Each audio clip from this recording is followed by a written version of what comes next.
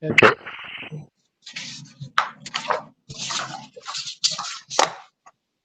Okay, we're at 7:02. I think I'm going to go ahead and call the meeting to order.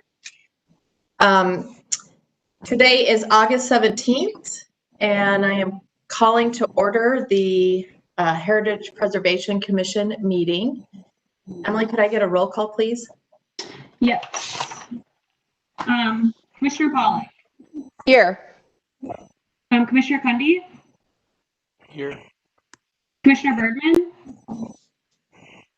Commissioner Woodmeyer. Here. Commissioner Everson. Here. Commissioner Hassenstad. Here. Chair Chilling. Here. Thank you, Emily. The first order of business on our agenda is the approval of the meeting agenda. Do I have a move to approve the meeting agenda? So moved. Do I have a second? Second. Okay, could I have a roll call vote to approve the meeting agenda, Emily? Yes. Commissioner Pollack. Aye. Commissioner Cundy. Aye. Commissioner Woodmeyer. Aye. Commissioner Everson. Aye. Commissioner Hassenstad. Aye. Chair Schilling. Aye. Thank you, Emily. Yep. Okay, next order of business is the approval of our meeting minutes from the July 14th, 2020 meeting. Do I have a motion to approve those minutes as submitted? So moved. Second? Do I have a second? Can. Could I have a roll call of this vote, Emily? Commissioner Pollack. Aye. Commissioner Cundy. Aye. Commissioner Woodmeyer. Okay, I don't have to talk now. Commissioner Everson. Aye. Hassenstad. Aye. Chair Schilling. Aye. Thank you, everybody. Okay, so the next part of our approved agenda is the special recognition and preservations segment. The first part of this is the Wooddale Bridge sketch plan. So I'm going to turn this over to Emily. Yes. I'll introduce Jeff Johnson and Chad Milner. Chad is our engineering director, and Jeff is working with our engineering department on the Wooddale Bridge project. And so Jeff or Chad, is one of you going to present information? Yeah, Chad is? Okay. Yep, I'll start it off and I'll share my screen, and then Jeff will chime in as we get into more of the structural elements of the bridge. Okay, so Chad, I have you as the presenter now in the meeting. Okay. You should be able to share your screen now.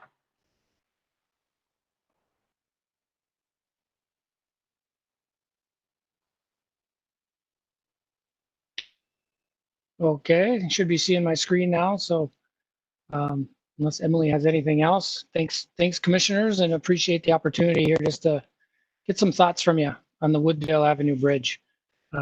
It was constructed in 1937. It's a WPA project, single span corrugated multi-plate arch structure. So it's 18 feet in length, and it features limestone masonry head walls, railings, and wing walls. We've done yearly inspections on this bridge, and it is in need of some work, and some elements are quickly deteriorating. And it really doesn't meet our current transportation needs. It has one sidewalk on one side of it. The lanes are narrow, so we can't add bike lanes, and it'd really be nice to have a sidewalk on the west side to really tie in next to the park. The recent flooding over the last 5 years has caused some damage to both the entry and exit portions of those walls. There's some displacement, some issues we'll show you, and some pictures around the storm sewer drains that come into the area. And the big thing, if you drive by it, those masonry railings are just quickly falling apart. You can see the material just basically flaking off. And recently had one of our great residents actually see the WPA sign laying in the street, and he picked it up for me, and he called me, and I need to go pick it up from him. So it's in his garage right now from this bridge. So that has fell off. So we hired SEH and Jeff Johnson and his team to really start to look at a process to potentially replace this bridge. And if we can get some plans developed, we have opportunities to go out for some grant funding and bridge bond funds from MnDOT. So till we can get, about 30 to 40% plans, we really can't apply for those funds, and it would really help the city to work on this bridge. So it's located Dale Avenue, just south of 50th Street, and it's conveys Minnehaha Creek.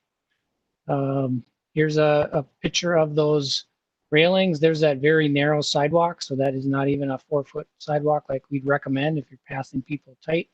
And you can see there's not room for any sort of alternate transportation like bikes or anything here. And then the other side, there's really no space for a sidewalk. Here's another view facing south. A little closer view of those railings. You can see some of the deterioration and the material sitting on the sidewalk there adjacent, and just another view of those east and west railings here. And I'll maybe let Jeff chime in more on the structural pieces on these next few. Sure. Yeah, can everybody hear me? Yep. Good.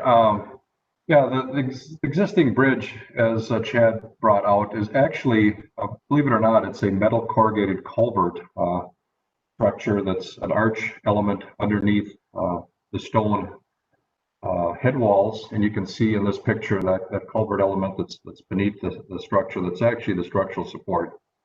And then the stone is stacked up along the top edge of that culvert, and then the head walls built of native limestone.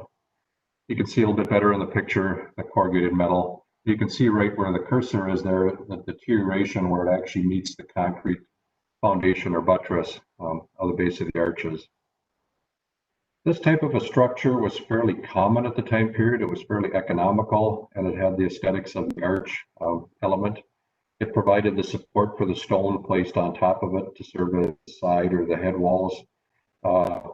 That require formwork underneath. If you made a true stone arch, it requires quite an elaborate wood formwork underneath to support the construction of the arch. So it was kind of an economical solution in that time period to give sort of that park setting appearance to the arch look of the bridge, but doing it economically with the metal within.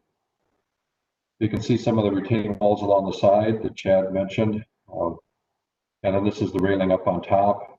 The real fatal flaw with this particular bridge is this type of stone that was used. It's a very finely layered, bedded limestone. It's often called flagstone just because it shears off in thin layers. And that type of stone is not very durable. It's used in a lot of South Minneapolis park elements, but it hasn't proved durable in our freeze-thaw environment. It gets saturated, and then the freeze-thaw cycles kind of split these layers apart. And if you scroll down just a little bit more, you can see the face of the stone. You can see that layering that occurs, and the stone weathers back. Other types of stone, such as granite or basalt, harder stone, you can repoint the mortar in between the joints and continue to perpetuate the life of the structure. But in this case, the mortar could be replaced, but the stone is failing. So it's really a problem, with the stone that's failing to salvage or make much additional rehab use of the bridge. Towards the bottom of the screen is that metal corrugated arch where it sits on its foundations. It sits in a slot, and at that location, it's corroding there, and it's very difficult, if not impossible, to repair that corroded steel on that bearing surface. And with that deterioration, as the arch would start to settle, the stone would start to crack and deteriorate as well. Any movement of that arch is detrimental to the brittleness of that stone. Scroll down a little bit more. Here's the W mark that was in the railing that had fallen out, as Chad had mentioned earlier. This is some of the stone that had been repointed in the past, and you can see the irregularity of the surface because of the eroded and deteriorated stone that kind of keeps receding back into the wall. This is an interesting drawing. This is what's believed to be the original plans of this bridge. Dimensionally, it fits the bridge. You can see the metal arch in the center right that's within the structure and the concrete buttresses below. And as you scroll up just a little bit, you can see the head walls made of stone. It shows kind of a more of a rounded shaped stone rather than the layered stone. But the interesting thing is the railing. It's not the same railing that's out there today. It's posts with a timber kind of beam or rail between them. So it's a little bit different, but yet it's identified as this bridge in the records. And then here's some photographs in that same record of the bridge being constructed. You can see the metal arch on the left, the railing with the wood element in the center, and to the right you see it again. But what's interesting to note is the stone is not the same stone in this picture. It's laid up in just a random ashlar pattern rather than the bedded coursing that's out there. So it's not completely sure if this is the site or if there had been alterations made to the bridge earlier on, changing the railing and maybe even the stone. So what we'd like to propose, and I know the bridge is on the National Register, the HPC has made effort to get it on the register. And just to let you know a little background of myself before I go too much further, I'm a structural engineer, designed over 800 bridges, a lot of them being rehabs of the structures. I've also been on the Heritage Preservation Commission, just like you folks, but in my hometown, the city of Stillwater. I was an HPC member and chair for 28 years and stepped off the commission just about 2 years ago. So I know the process, and you folks go through and looking at these kind of structures. And I too feel strongly about preservation of historic structures. But there becomes a certain point where the inherent design being the corrugated metal arch, which is prone to corrosion, and the type of stone that was used, this flagstone, that is not very durable, it gets to a certain point where it is no longer just physically able to even rehabilitate the structure with any expected extension of service life that's economical or practical. So what we've done on a few structures, this is one that's up in Phalen Park on the north side of Lake Phalen. It's an arch structure. They had similar arch structures to your bridge at Wooddale. This was replaced. The arch element underneath the actual structure, rather than a corrugated metal culvert unit, this is a precast concrete arch. So it's much more durable long-term, much more robust of a supporting structure. And then like the Wooddale Bridge, the head walls have a stone veneer, in this case, on them with the concrete structural wall behind them for the strength.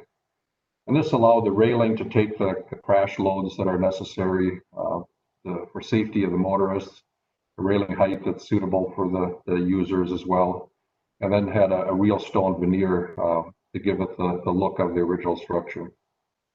You scroll down a little bit, you can see the railing from the inside, a few of these windows in the railing that picked up on details from some of the earlier bridges that have been around Lake Phalen. This is another option that's worked well, especially on Minnehaha Creek. This one's James Avenue over by Mount Olivet Lutheran Church in Minneapolis, over Minnehaha Creek. This one, as you can see in the lower picture, was actually a double arch structure. It had conveyance problems. It wasn't also very navigable by canoeists. It was quite low, and during any flow at all, it was quite a scary undertaking to cross through that structure. So a new one was put in, giving a little different opening shape, a little bit more conveyance capacity, both water and navigation. And this is a real stone veneer that was used on this bridge too, to kind of keep with the appearance of the adjacent Mount Olivet Church, some of the other buildings, and some of the bridges along the Minnehaha Creek corridor.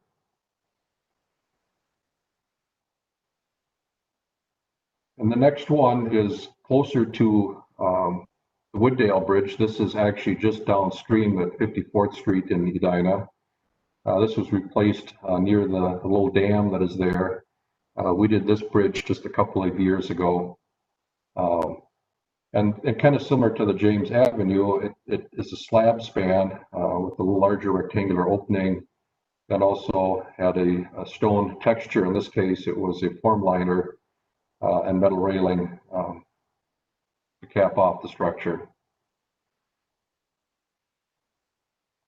Yeah, and I think the rest of the information in here is some inspection records showing some of the concerns as we inspect the structure. So that's what the TKDA here has been doing, those inspection records. And then I also included the preservation report is also in your packet. So we don't want to take too much of your time, but we'd be open to any questions and discussions, and I can bring up any other, graphics if you'd like to look at, but we're just trying to get some feedback from the commissioners here on this idea of what to do with the Wooddale Bridge. So I'll just stand for questions. Jeff and I will stand for questions at this point. Yep. Anyone have a question? Go ahead, Commissioner Pollock. Yeah, so I was curious. I noted that the inspection report from 2016 said that with proper maintenance, stabilization, and preservation, the bridge could continue to serve for 20 years or longer. So what stabilization and rehabilitation efforts have you guys considered in lieu of full bridge replacement, which is, I guess, what I'm perceiving the sort of general request to be? Yeah, in the 2006, those major flooding events really wrecked some of the stream bank areas coming into the bridge and exiting out. So we did some stream bank strengthening projects with some riprap that's not part of the bridge, but right before the bridge. And then you put some strategic boulders in the creek to deflect some of that power of the water away from the bridge. So those were the things we did with the flooding.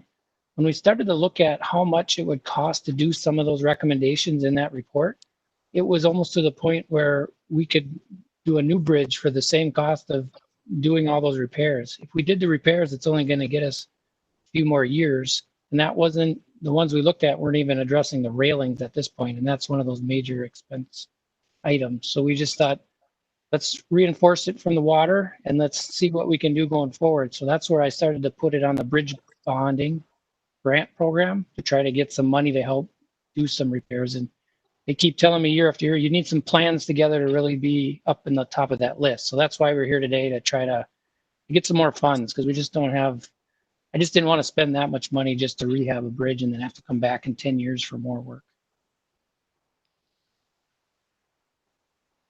Thank you. I could add to that a little bit too, and Chad kind of brought up some of the functional deficiencies, the lack of sidewalk conveyance and lack of bicycle and multimodal use, and also the safety elements with the railing not being robust enough to take an impact load. But the thing that I bring up, and as you mentioned, it may, with a fair amount of rehab, it may last another 20 years. That doesn't address those functional issues in the process. And it is a significant effort to try to get 20 years out of it, which is not a real long time period.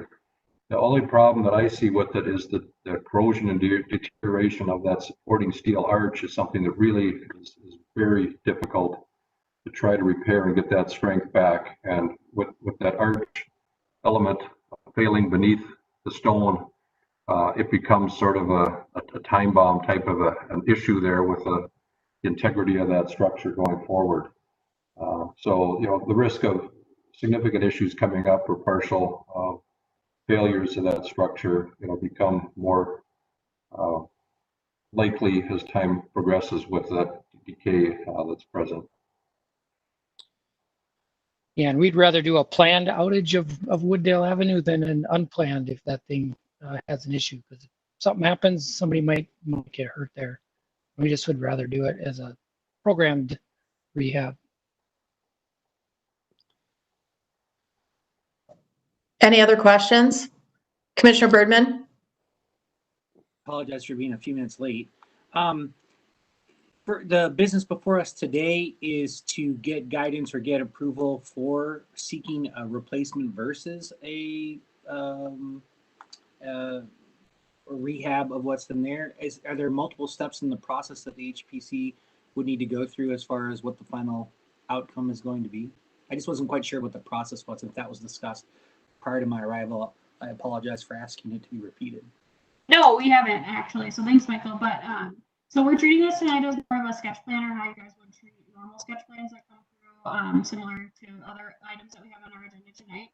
So I think Chad and Jeff are just looking for some initial feedback, and they'll take that feedback then and come back with a formal certificate of appropriateness request, which then you guys will make formal action on, or take formal action on at a meeting in the future. Yeah. So they're just looking for some feedback. Yeah, we're looking for feedback, but then there is steps after that, and Jeff can probably speak to the state SHPO office and all the other approvals if we went that route of replacement. There's a lot of other steps we have to work through. Hey, Chad. Really quick, is this part of a broader plan for Wooddale? Because just widening the bridge or whatever, you'd still probably have infrastructure on the north and south end. Specifically close to the church there, it gets kind of haphazardly during certain times of the week with traffic backed up and whatnot. So I'm just wondering if there's more plans than just the historic bridge to consider as well.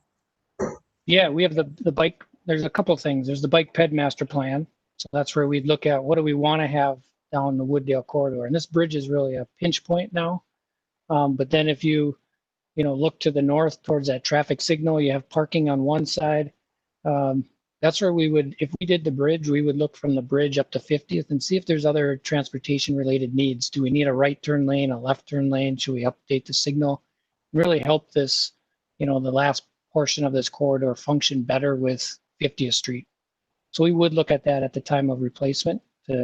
How wide the bridge need to be? Well, it depends on what we need to do at 50th, but also that bike ped master plan's guiding what we'd like to do here too on providing that access on both sides of the bridge for other modes of transportation.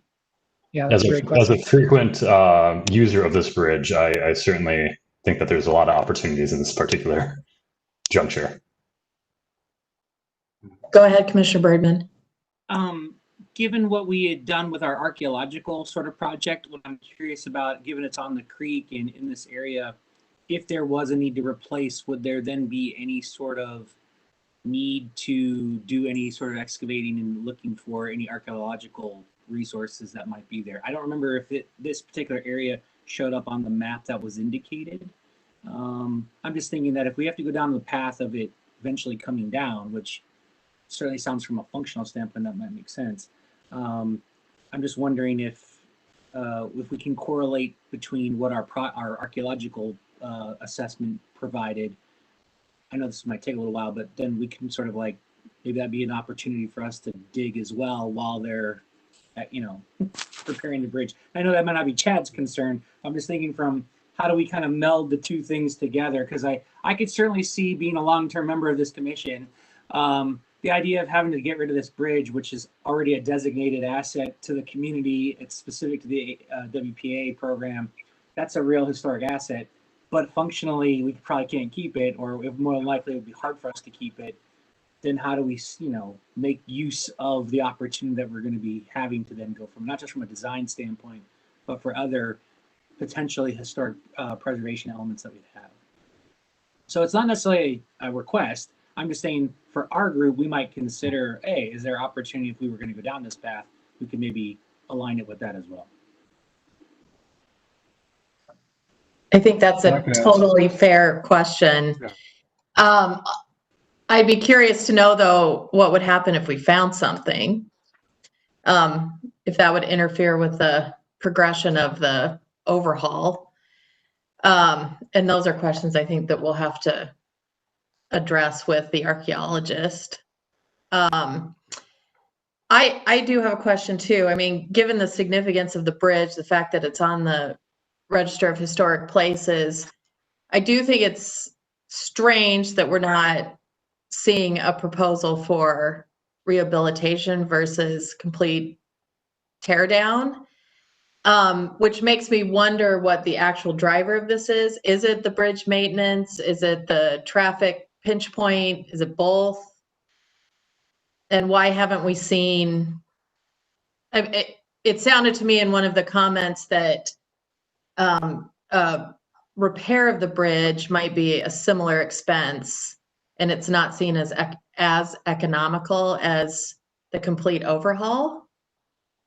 So can one of you address maybe why we're going after this in the first place? Go ahead, Jeff. Yeah, I can. And I mentioned a little bit earlier too, and I definitely am a preservation myself, and I enjoy projects that we can truly preserve with a good life expectancy and a good result afterwards.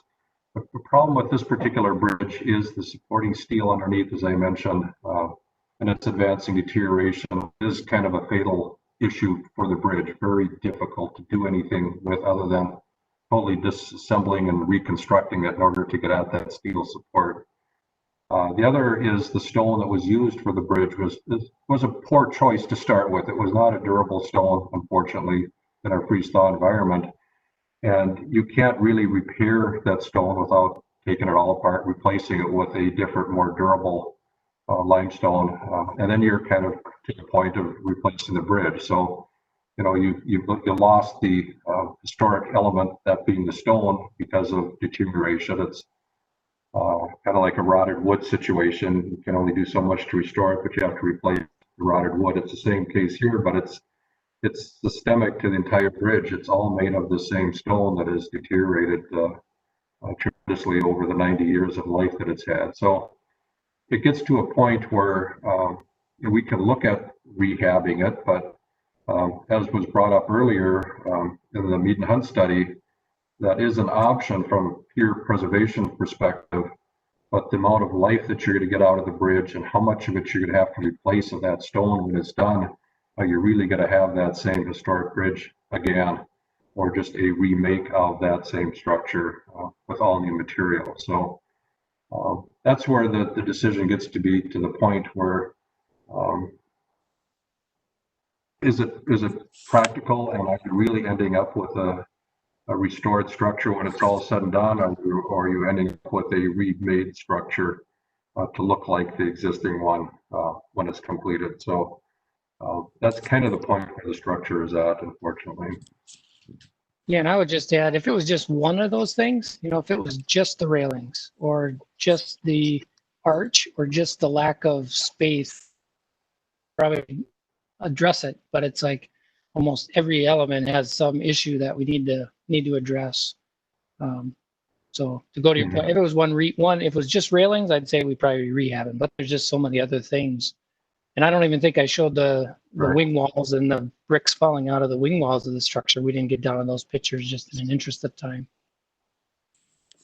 Does the overhaul versus rehab affect the source of grant funding you're going after?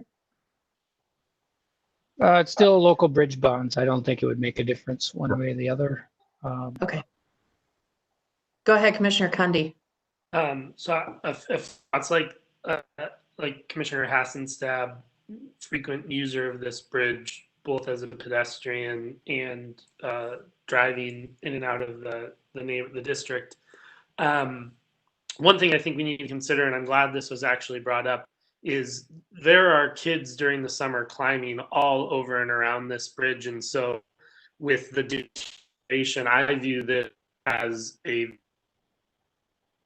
may be structurally sound for vehicles for however many years, but we're probably lucky that someone hasn't gotten hurt. Not that I wouldn't let my kids climb on a bridge like that, period, whether I thought it was sound or not. But if you drove through there in June, you saw hundreds of kids playing on and around this bridge. And I think probably, frankly, we're lucky that a portion of it hasn't given way under the weight of even, a small child climbing, or, an adolescent climbing on it.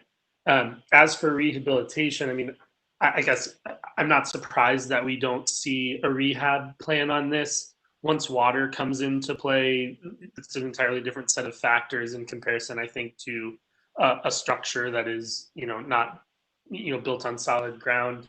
Looking at some of the pictures too, it looks like, if you think about what the original bridge must have looked like, it looks like there are large chunks of this that have just gone away to time already, right? There are chunks of this, it looks asymmetrical. There are pieces that are gone that we could never get back unless we rebuilt it with the same materials that I guess we're hearing are not ideal or certainly wouldn't be the most appropriate if we're going to invest any additional funds. I think there's a lot more to consider. For example, the bike lane that currently goes down Wooddale is a shared lane with the roadway. So the bridge is a pinch point for sure visually, but unless, to Commissioner Hassenstad's point, there's a broader transportation plan that comes into play. I don't know that I see the bike thing as an issue because technically they're in the entire duration of Wooddale, almost all the way down to Valley View. The bike lane is the northbound drive lane on that bridge. With respect to the sidewalk on the west side, unless we were expecting to extend the sidewalk perhaps like all the way to the country club, I guess I don't know what the added benefit is there, right? Because it would immediately, there isn't room for a sidewalk south of the country club. You could put one to the country club, and I do see people kind of skirting that edge of the bridge. So I guess all of that is to say, I think we're on the right track. I think replacing the bridge probably seems like the right idea. I'm curious what about the broader pedestrian and bike traffic plans are. And then my last 2 cents is that if we're going to replace it, I like the idea of something like the 54th Street Bridge. I think the cohesiveness of that within the neighborhood, but also personally, that's the bridge of the ones you showed that was most appealing to me. So those are my thoughts. Yeah, thank you much, Commissioner. And ever since a large sturgeon was found near that bridge at Wooddale, that's been quite an attractive place for kids to fish and maybe find another big sturgeon there. But yeah, it is a potential hazard with the walls that are failing and the stones coming off the bridge, and just the tightness of the opening of the structure can be an entrapment point. So I'll take them. Commissioner Pollack, did you have a question? Yeah, so I was curious if there was a more recent inspection of the bridge than from 2016. I think that was what was included. It was rated in that bridge inspection summary as fair good. And, just looking at the plan of treatment that we have for the bridge, I think, if you have an inspection summary in front of you that's, 4 years old that says fair good, I think you have a hard time, reaching that standard that we would need to reach under this plan of treatment to argue for full replacement. I don't know if anybody has any other thoughts on that topic, or maybe there's something I missed. I apologize if I have. Well, I'll just add, there was an inspection in 2018. There'll be another one this year. In 18, the water levels were so high that we couldn't see anything. Everything was underwater underneath it. So I didn't throw that one in there so you could see those rusted elements, and the wing walls that I didn't show during the presentation are in that report. They're much easier to see the deficiencies. I think that both for Commissioner Pollack and our chair, I think what I would say, given my experience, is that we want to make sure we have all of our ducks in a row as to that there's a clear and delineated reasoning for, okay, we're going to really approve the idea of tearing down this historic landmark, even though it functionally and it's all of this kind of, we want to make sure all the T's are crossed and the I's are dotted, and it's a no-brainer decision as to doing that. I think that's what I'm hearing from my colleagues. Notwithstanding what Commissioner Cunny just said, I think there's very practical things that we can then do. I think we could probably get there, but I think we probably want to make sure that we've got the right documentation to say that, because if it's our recommendation, it's our approval, which eventually I'm assuming it has to go to the city council, that the council members and the mayor are going to really want to make sure, that's an asset that we're responsible for, and that this group really said, yeah, we covered all the bases. There's nothing that's going to come back and bite us later to say, well, we interpreted it to be this way, but it really wasn't. And then you've kind of got like egg on your face. And not that I'm worried about the politics of it. I'm just saying, as the group who's this group does not typically have, in all my years of doing this, I've now been on this commission for 6.5 years. Not once have we been faced with this question before. to where we actually have an asset that we're with the city, that the city's now is proposing to do something, drastic with. These don't happen very often, so I think we want to make sure we're probably crossing every box. So I don't necessarily hear a lot of negativity. I just think it's prudency is what I'm hearing at this point. So I don't want to speak for anybody else, but that's how I'm interpreting what I'm hearing tonight, unless I missed it. Commissioner Bergman, I totally agree. I agree Our as well. responsibility on this commission is to maintain the historic resources based on the codes of treatment that have been established for those. And, when I reference the plan of treatment for this bridge, nowhere does it say replace. It's all repair, move if needed for public safety. Public safety is the issue flagged for consideration of overhaul, which led to my question of what's driving this decision. Of course, when the plan of treatment was developed, there was probably not traffic issues the way there are in our current city. But yes, it's a huge responsibility to okay an elimination of an historic property. Mhm. And this one is under our purview. So I'm not worried about the optics of this. I'm just worried about tending to the responsibility given to us as a commission. Yeah, this and is just to Chuck check. Johnson again, if I could just really quick, and I think you're hitting on the right things, and from my involvement in HPC for many years myself, I would have the same reservations. We put the historic lift bridge in Stillwater in the same probably on the National Register as the HPC under my charge, and there was a lot of decisions to modify it now for pedestrian use or even to tear it down. And it is a struggle. I think the one thing here, Chad and engineering group are looking, this is going to happen next year. He's being very looking towards the future here, realizing that this bridge does have some fatal issues with the materials, and looking further down the way, this could be 6, 8, 10 years down the way yet, but at the rate that it is deteriorating now, it is kind of on track for its obsolescence in that time period.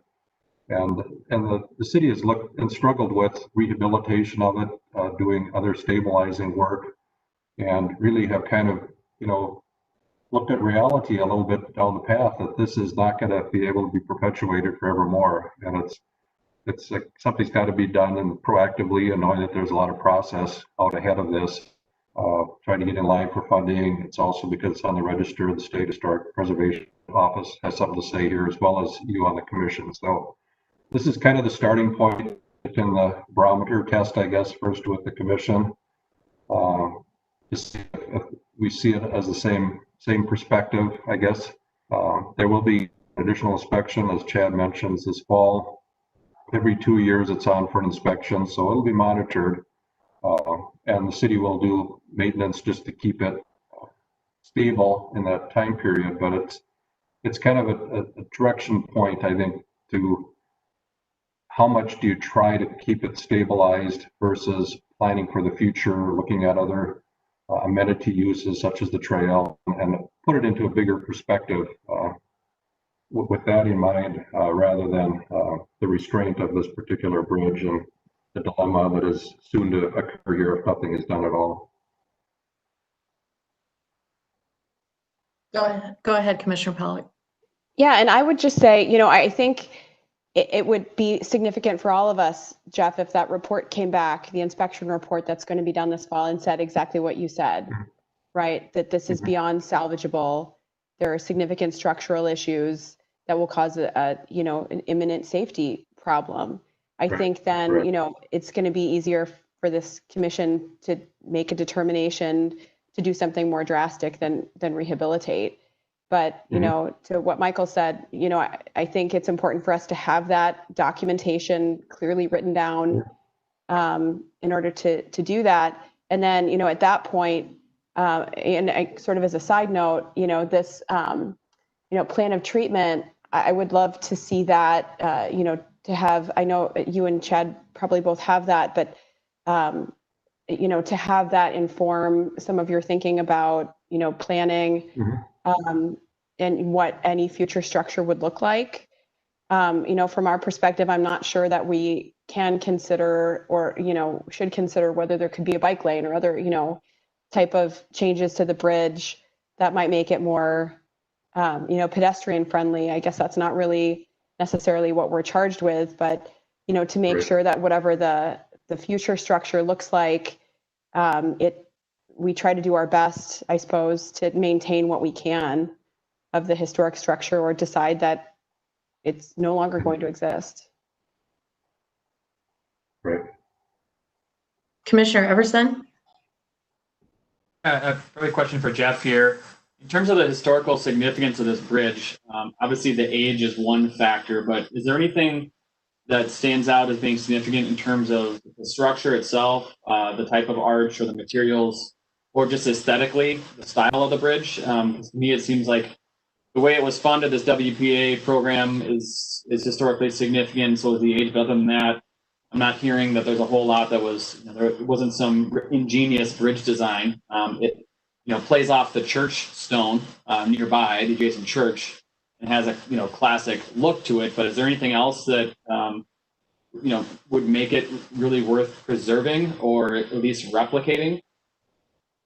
Yeah, you're aware too, a couple of things is the 50-year time period from the National Park Service's Department of Interior standards. The other elements was a design by some notoriously well-known architect or engineer, Cap Turner or something like that, that did several prominent structures. Or was it, a contractor that had some particular notoriety? Or was there something special about its design that it was very state-of-the-art? And it really doesn't have any of those merits. It was done in the WPA period that kind of has some significance just as a period of time when public structures were built.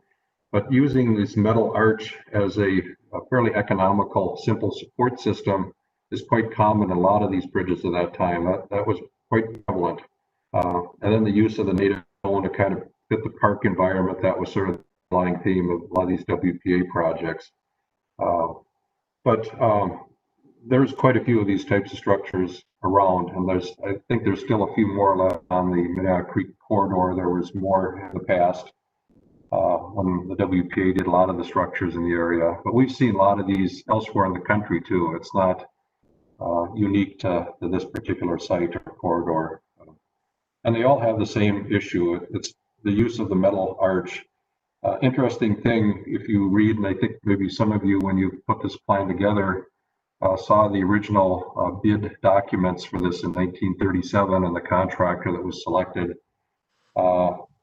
Armco, the manufacturer of the metal arch, stated that this is the best material for a bridge and it's got a life of at least 37 years in the product because of the thick galvanized material used.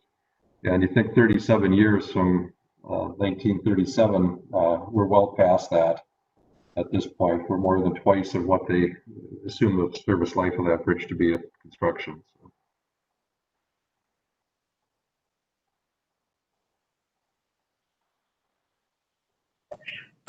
Okay, it's all very helpful information. Does anyone else have any questions, comments? Go ahead, Commissioner Bergman. The last thing I would say is it was interesting that you said, Jeff, as far as other bridges along the creek and what they've had similar experiences, they were a similar design. Maybe they even were similarly done through the WPA. I would assume that the city of Minneapolis had to go through the same process of trying to figure out what to do with that and so on and so forth. I think what would be helpful, if it's easy to do, I don't know if we need to go through something special, but if there's any sort of documentation or what the presentation or what the plans were when Minneapolis had to deal with that type of either rehab or replace for those purposes, that might help make the argument that much stronger for, hey, we've got this obsolescence, we've got this. And I think the word that I'm a little concerned with about us all walking away from tonight is imminent. Imminent in the language of engineering means what exactly? Not tomorrow, right? not even 6 months from now, 6 years from now, or whatever it is. But it's like glacial time, right? I mean, imminent is a glacial speed thing as opposed to literal. What would it be called if the thing was going to break next week? We wouldn't use imminent. We would use a different phrase, would we not? Catastrophic. Catastrophic. Yeah. So Expedient. I just want to be clear for not only this audience, but any audience that we're going to be speaking to, that we're very clear about what those terms mean. Because imminent is definitely an urgency, no question, but it's not like, oh my gosh, if we don't do something with this tomorrow, like it's a problem. Right. I'm sure for the average person, they don't know that. So I'm just saying, in your plan of saying imminent with the goal of replacement within a couple of years, because that's how you get all the money figured out, whatever it is, here's justification for it. I think what we could then do is part of, if it comes to the point where we have to replace it, so the plant treatment can't be followed because it's going to become catastrophic, then maybe this group can then figure out, okay, if we're going to then have to replace it, then how do we replace with something that it itself could become historic down the road, and that our capture of all the information about what was there before becomes part of the historic narrative of what's there, like the mill, like the other things that we have in our community, which are assets, even though they don't necessarily physically still represent in the way that they once were. I'm just saying that that's another way for us to deal with the fact that we might not have a choice in replacing this bridge because structurally there's just no going back. But then how do we build a narrative, and how do we then take that information in so we can preserve what happened? What I loved when I joined a little late, you were already doing presentation of, you had pictures, you had plans, you had all sort of kind of stuff. We know that's a WPA, we already have it as a landmark. We need to make sure we package that up really well. And then if we can then come up with a design that then hopefully down the road could become historic. So it's a secondary level of historic preservation in terms of in this spot. Because this spot is important. It's not just the bridge that's important. It's in a sort of, in my opinion, kind of a strategic spot within our community. On the creek, you know, in the center part of where things are at, it's kind of a key part. So anyway, that's all I'm thinking about.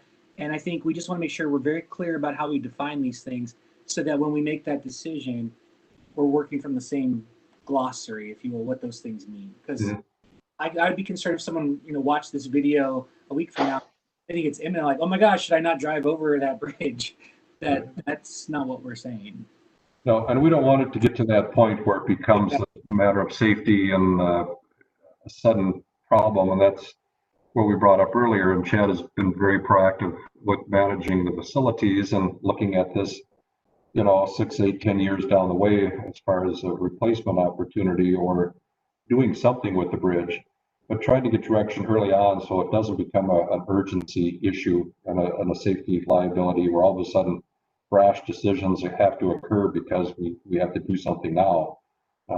It's a thoughtful process and it needs to have time to develop, and that's kind of the starting point. We're here with you today just to get kind of a barometer. Actually, the bridge that was done over the falls, that was another project, was it not? That kind of was replacing something. I don't know if it wasn't necessarily as a designated historic item, but that is another example of what the city had to do in order to. Is that not correct? Yeah, the Browndale area dam and that bridge. Yeah, the treatment on that was a rehab, and we had to match the original plans for the railing and the rock on that. So yep, that was a similar process. Yeah. So I'm just saying again, as part of your narrative, I think that helps in building the story around what this is. So even though you have the evidence that says, yeah, this can't really be rehabbed in any reasonable way, I think we can then show where this isn't precedent setting, right? That we're having to like do this. Even though when you look at the number of assets we have in our portfolio here in Edina are very few.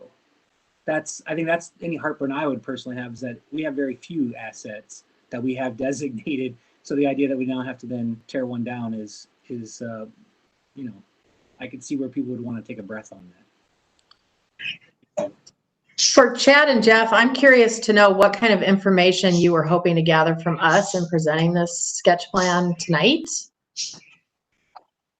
Yeah, I think this is what we wanted to know. The feedback, what you guys would like to consider. I think I learned something. Let's make sure we consider our terms that we're using, and we didn't provide a schedule. So if I was sitting in your seat, I'd probably think this is next year, but it's not next year. We want to build this. I think Jeff put it best, a thoughtful plan for a future, whatever, and make sure we're doing it right so we don't have to rush with this group or any other historic group that we have to work with. So I think we got, unless Jeff has any other, I think we got some pretty good feedback here tonight. Commissioner Pollock, did you have another question? Well, actually, Chair Schilling, I sort of wanted to ask, I know we're going to talk about our work plan later on tonight, and, maybe this is sort of too early, but, if this is a project that we can reasonably presume is not going away and will require us to, consider, how we, I guess, look at a replacement bridge, how we sort of delist this or remove it if it's replaced, those sort of considerations that we have for losing a historic asset in Edina. We might want to add that as an item in our work plan going forward, just to be ready and prepared if we know this is on the radar. I think that's a great idea. And I think probably about 20 minutes, we can chat about that for our work plan, and Emily can give some input. If you were to give it schedule, Chad, what would you say? Are we looking at 2 years out, 3 years out? It might be impossible to say. It's again really contingent on that grant funding. So I kind of have a placeholder in it's called municipal state aid dollars because it's on the municipal state aid road system. So any grant, I'd have to supplement that grant with state aid dollars. So I have projects already planned every other year out for the next 6 years. So if this came where we got grant funding, I would push one of those other projects out push them all back 2 more years. So I always think I need about 4 years to 6 years to kind of make those decisions. So let's say we got to a certain plan, this winter, early next year. We did get some grant money in 21. I'd say probably the quickest would be maybe 24 or year 2026 when we would actually do the work. Just because we meet with residents 2 to 3 years out before our street recons, and Blake Road is in 22, and I have another one in 24. So I don't want to meet with people and then say, we'll be back in 2 more years after we promise to do their street. So I would say it's like 24 and 26. The other caveat is the municipal state aid system's taking a big hit right now with COVID. They're anticipating about a 30% reduction in all funding. So once we know more after this year, I'm going to have to tweak a lot of different budgets and stuff. So I think we're pretty safe to say middle of the 2020s, maybe late 2020. So not in 2 years. Okay, that's very helpful. Commissioner Kundy? Not to belabor the point, and perhaps kind of going against some of the sentiment here, I'm thinking back to the beginning of this conversation. What we heard at the beginning is that the plaque or stone that was engraved with WPA was found in the middle of this street. And for those of you who don't live near this bridge or use it regularly, I don't think that there's been a time in the last 3 months now that I haven't driven by where someone has been, where a teenager or someone hasn't been sitting on the ledge to this bridge with kids playing around underneath it, or people on tubes or kayaks or canoes going underneath the bridge. I don't want to overstate things and have people worried about driving over the bridge, but I don't think we can understate the potential safety impact here. Those stones on that ledge at a low height where teenagers and kids are able to climb up while others are passing underneath the bridge, if that's I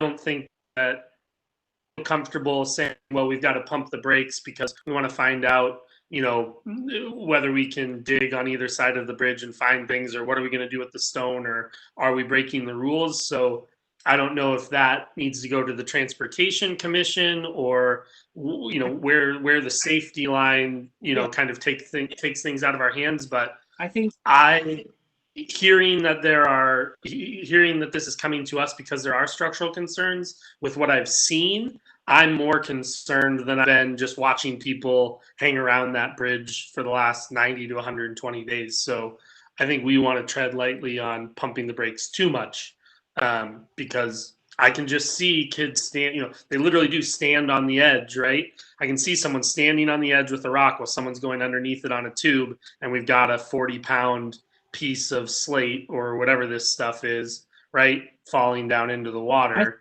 Yeah, I think the thing, the way I would comment on that is that just like anything, not just a public works project, but any project that comes before us that we have purview over, if there is a safety issue where it's no longer imminent, right? It now turns to closer to catastrophic.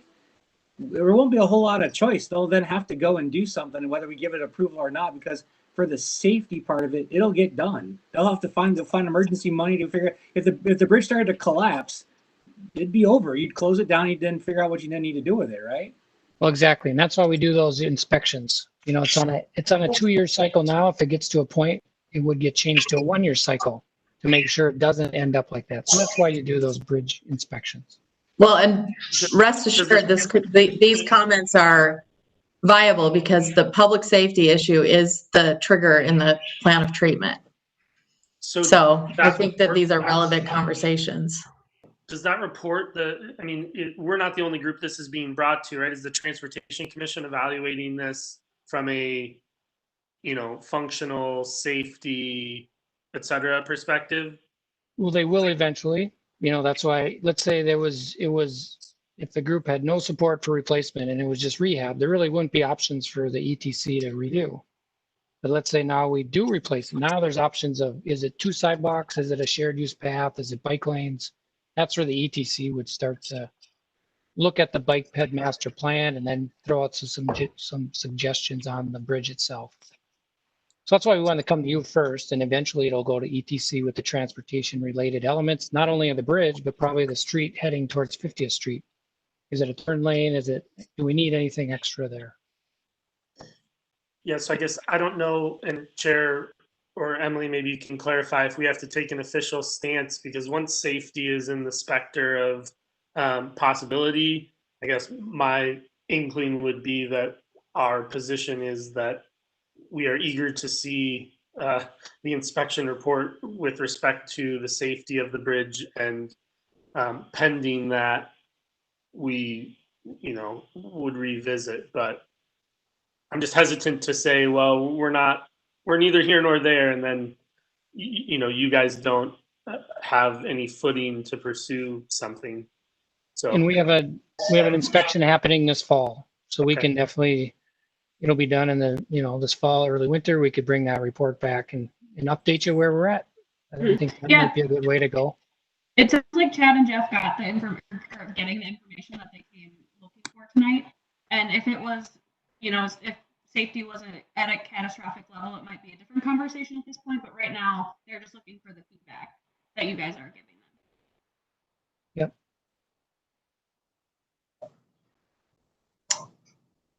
Great. I agree with the public safety statements. I'm anxious to see the next inspection report.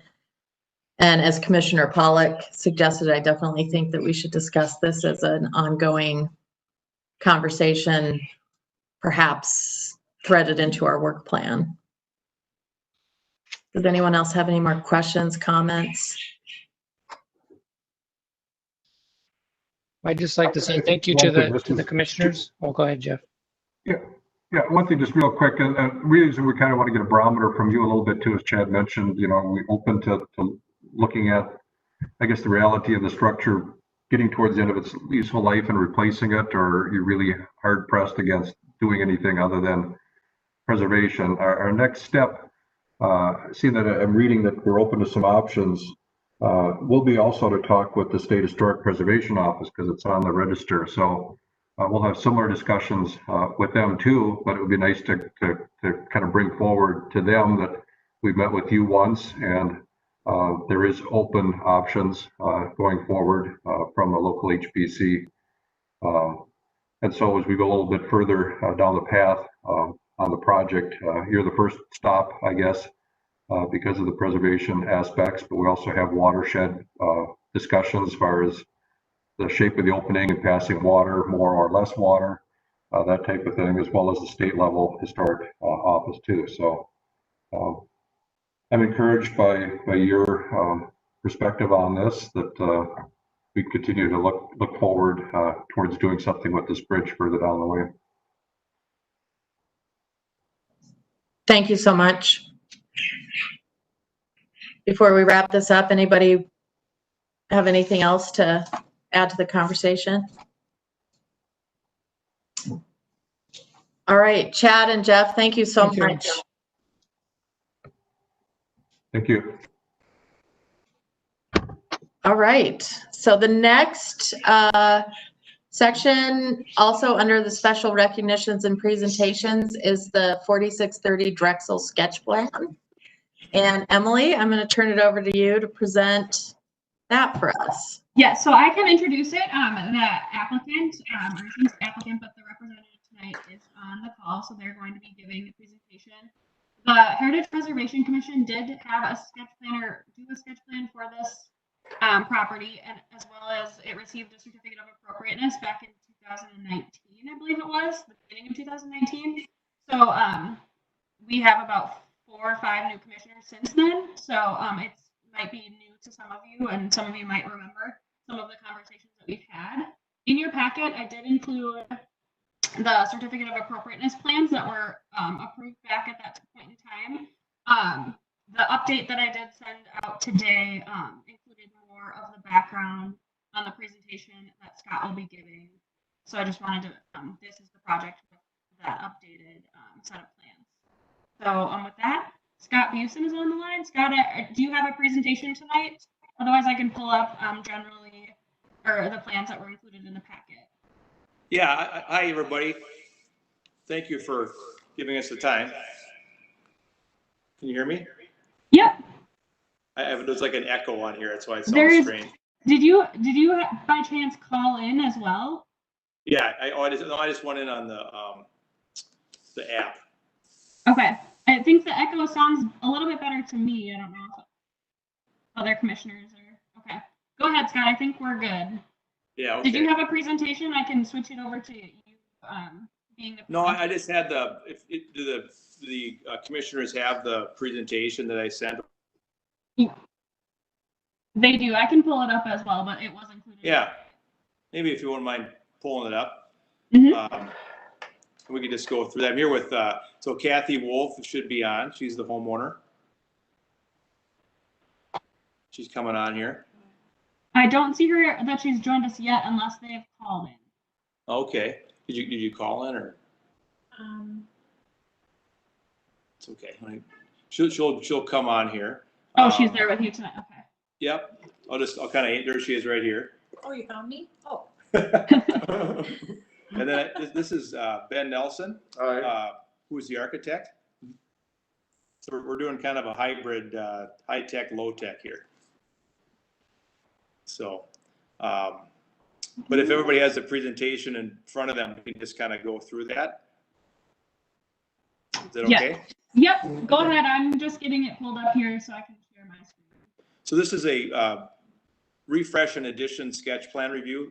John and Kathy Wolf were previously granted a certificate of appropriateness for the plans that were presented to the HPC in January of 2019. And basically what they're looking to do is refresh the residence, bring the design and construction into today's living. They want to do that while carrying forward the historic Spanish colonial elements of the existing home. And then incorporating elements of the style, including the classic elements of the 2-story wall heights, the white stucco wall finish, the compound low pitch gable roofs, arched windows, openings, and metal balconies, railings. And then this is something that this whole time they've been working on. Over the past couple of years, they've been doing it with the input from the neighbors, and there's been a lot of neighbor correspondence supporting their project. And then I mentioned that since that time, they've decided to make some changes to the plan, and they feel strongly that the plans are an improvement for them and the neighborhood in many ways. The main one, realizing that the new garage upper level addition of the old plan was just too massive and blocked significant sunlight into their home and blocked all the views they had of the yard and the driveway. 4630 Drexel, it fronts the main intersection into the district, if you're familiar with that. It comes in off of Wooddale and it splits at an island. It goes to the east on Country Club Road and then immediately hits Drexel. And then to the west, it turns into another split onto Wooddale and Country Club Road. So it's a very busy, probably I'd say the busiest intersection in Country Club. And with small children, the Wolves just want to make sure they've got, good visibility into that. And you actually see this type of site plan on similar corner properties in Country Club where they adjoin island type intersections. And then the next slide just talks about the 6 flows of traffic that come through the intersection there. You can just read that there. Sorry. And so then, I'm sorry? Oh, sorry, go ahead. Yes, so the new plan, we like it too because Ben did a great job. It pulls the mass of the rear two-story addition further away from the street than the old plan. And you'll see in the presentation coming up, we show the different streetscapes. And it makes the home look less massive from Country Club Road and has a better articulation than the old plan. The garage addition on the old plan was 32 feet from the Country Club Road setback, and the new plan will be approximately 58 feet. So we're able to kind of stagger that mass away from the road, which will give anything that's further away will look less massive from the street. And it also will be blocked from you by the wing wall of the new addition and a row of trees. So kind of creating a meandering approach to that garage. And I mentioned there's some detail here that the street facing attached garages are common in the district on 38 of 68 corner lots. The one thing to accomplish this, we'll need a variance from the Planning Commission. And that's for the setback, which is 10 feet from the west lot line, requires a 15-foot rear lot line variance. And that's, the condition is common in that area. The adjacent garage at 4625 Wooddale is 5.3 feet from the rear lot line. And it's common in other corner lots in the district that have homes adjacent to the busier traffic islands. And then the third point is that we feel the new plan is more in character with the existing home. It's a more modest vernacular house that maintains the more kind of provincial look of the old home. The old plan was beautiful, but it was a little more stylized and formal. And we feel that this plan just keeps that provincial Spanish colonial, somewhat simplistic mass intact. And then the two-story addition on the west end will be less massive looking from the street. We feel that will be a better fit for the district than the previous plan. Another opportunity is that the new plan eliminates the existing non-conforming 8-foot setback on the north side of the home. So that will pull away from the home to the north by 2 more feet. The old plan had that 8-foot setback being added onto for the second story, but that'll no longer be the case. And then also the old plan, the home, the main level had a sunken condition where there were 2 steps down from the foyer to the dining room kitchen area. And the new plan lowers that foyer, so we create 1 level. The 2 steps just was not, it was something you see commonly on some older homes, but we feel that having a main level common floor plan is just more functional.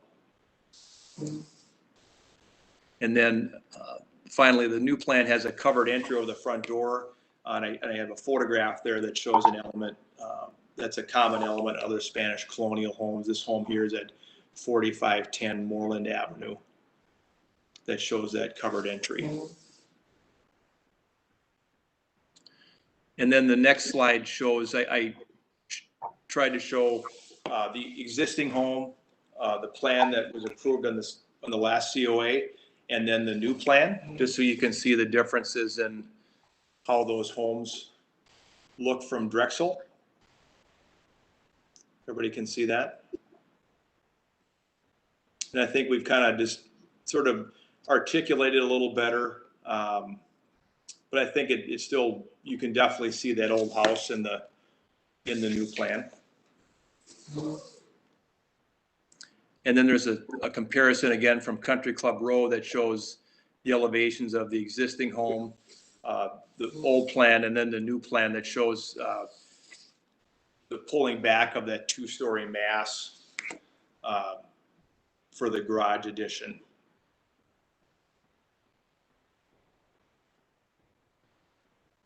Tell me if I'm going too fast for anybody here. I'm just going through. Sorry, I was a little behind on scrolling Yeah. through. I was falling behind with showing. And then the third one shows the west elevation that has the existing house, the 2-story garage, and then the more articulated view from the west. So I think that's an improvement as well.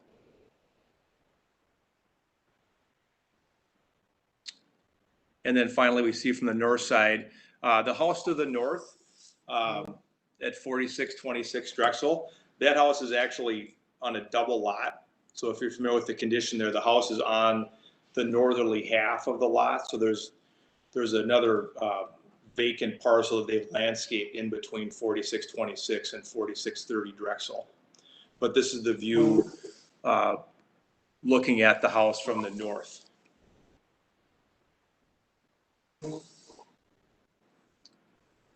And then I've got several pages that show you the existing streetscapes of the from the different angles, from the east, from the south, from the north and the west, just to give you a visual for that. And then the next one is streetscapes of the house to the north.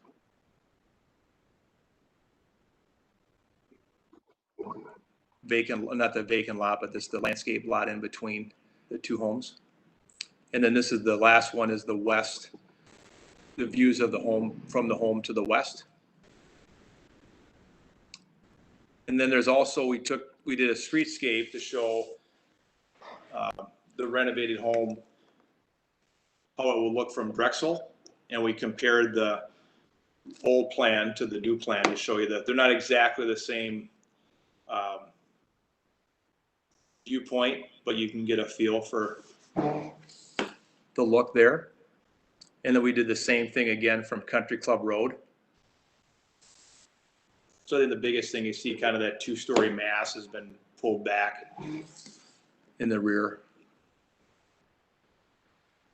And then I've got the site plans of the original existing home there, the old plan, and then the new plan. You can see how that was pulled back.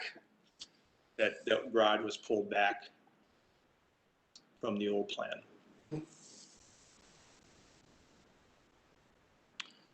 And then the last slide, I just show the inspirational material list here. So this is still being worked on for the formal presentation, but we've got showing several types of roofing. There's a Brava tile, which is a simulated Spanish tile. Both that and Decra tile are a simulated Spanish tile, kind of like the Da Vinci tile you may have heard of. A clay tile roof, and then an asphalt roof. And then the textured siding will be a stucco, fine texture stucco. There are some metal details that will use a black satin metal railing, black garage doors, and then the windows would be like a Marvin ebony clad exterior. So that's kind of, that gives you a feel for the colors of the home. And then there's the next 2 pages of the floor plan. You can see on the main level how there's the garage isn't in that southwest corner now, so they've got really good views and into the yard and the driveway where they can watch their children playing, and then the light potential is much better into the home, as well as having the garage pulled back from Country Club Road so it looks less massive. And then the next slide is the second story. And then the last ones, it just shows individual renderings of the elevations of the home.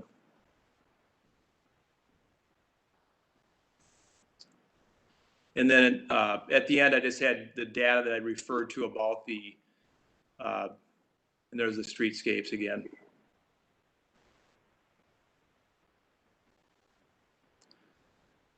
And then at the end of the presentation, I've got the data about the driveways. It's kind of probably hard to read, but just did a survey of the different driveway or garage conditions at corner lots in Country Club.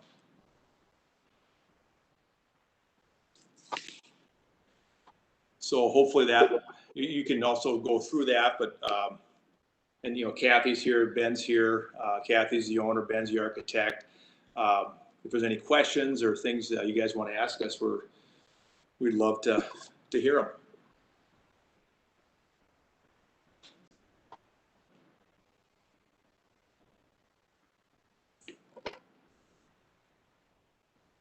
Go ahead, Commissioner Bergman. Just for all of our new members who just recently came on earlier this year. So first to the applicant, that there's a whole bunch of people who are now on the commission who were not on before.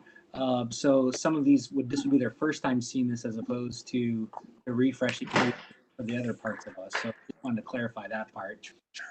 Second, it seems to me that, you know, taking a lot of the feedback that was given before, and even though we looked at the COA before, and look at that, I can see that your attempt here is to definitely take the feedback that was given and repurpose the site to deal with the scaling, because that was one of the biggest issues I think that was before the commission before. And I think you've definitely done that from what I can see here. I'd have to spend a little bit more time going through piece by piece, but I think that some of the real heartburn that was existing before, it seems to be addressed from my standpoint. Thank you. Commissioner Cundy. I'm one of those new commissioners and I live on Drexel. First of all, I'm super excited to see this project come along. My wife and I walk by this house at least once a day, and I'm really excited to see what this property can be. So I was excited to see this come across. As one of the new commissioners, I'm going to ask a question that I think I know the answer to, but I get to ask it because I'm new. Was there a lot of discussion on this property with respect to front facing versus side facing garage? Was that a consideration? Because I'm not one of the architects on the commission, but I love architecture and I love thinking about rehabbing houses.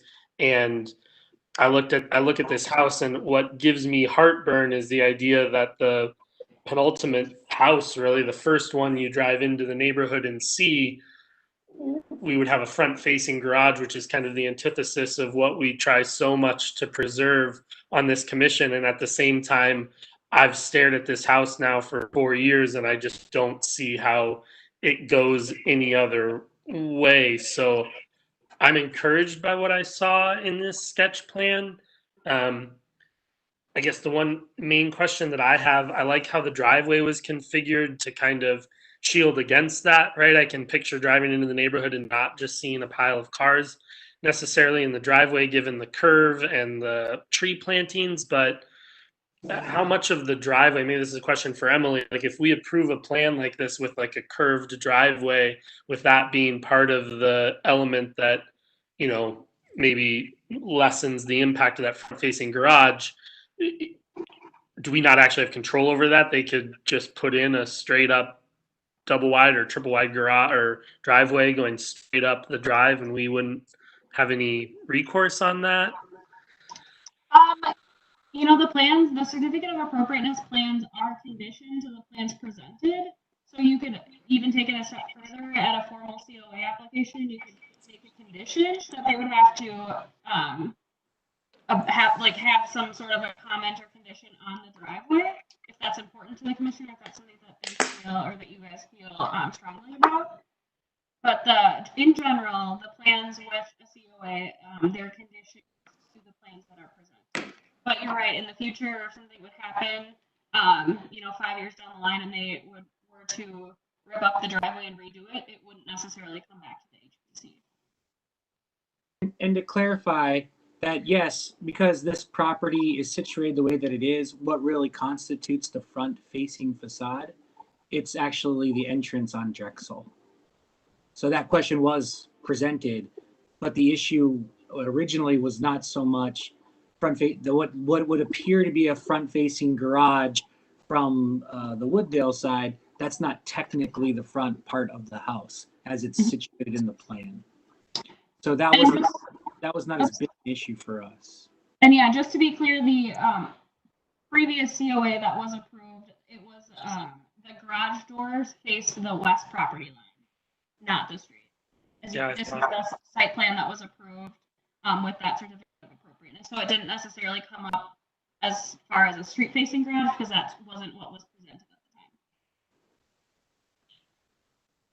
There were much bigger issues about the massing of the property for how it was situated, the size of the original plan. There were certain elements that created challenges for the group at that time. Mm-hmm. And the applicant did mention, but I will say again that the certificate or the sketch plan tonight, if it were to come get a certificate of appropriateness, which I believe is what the intent is, in the future, the plans that are presented with this would require a variance from the Planning Commission. So we kind of lay out with projects that require variances, they would come to the Heritage Preservation Commission first and then go to the Planning Commission with that request. Then the Planning Commission would know what your recommendation is from a certificate of appropriateness request point of view would be with their decision. In the variance in this case is the west property line or north property line? It's the west. So with the previous certificate of appropriateness request that was made, there was a variance that was approved to the north property line, or there was a small second floor addition to the non-conforming setback. With this site plan and this request, the setback request or the variance asked would be a rear yard setback variance to the 25-foot required rear yard setback. Oh, okay, so going back to Commissioner Birdman's original point, the west property line is the rear property line on this property. So it's east is front, west is back, north and south are side yard from a variance or setback perspective. Okay. Yep. So there's the Country Club Road is considered a side street setback. The Drexel setback or the Drexel side is the front yard setback. And then with corner lots, well, this isn't necessarily considered a corner lot. The rear yard is west. The rear yard is the west property line, and then the side yard is the north property line. And so their request, and not that we rule on the variance request, but just so I'm understanding correctly, when I heard the 15 number earlier, so the code is 25 feet, and they're asking to go to 15. The code is 25 feet. They're asking for a 15-foot variance. So okay, so they're going to 10. 25, so they'll be at 10 feet. Got it.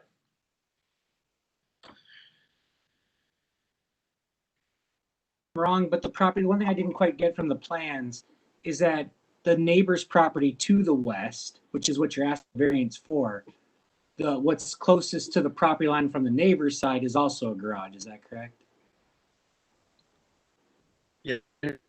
Face the way the property, it's parallel, I think. Right. You can see it kind of. Yeah. Okay.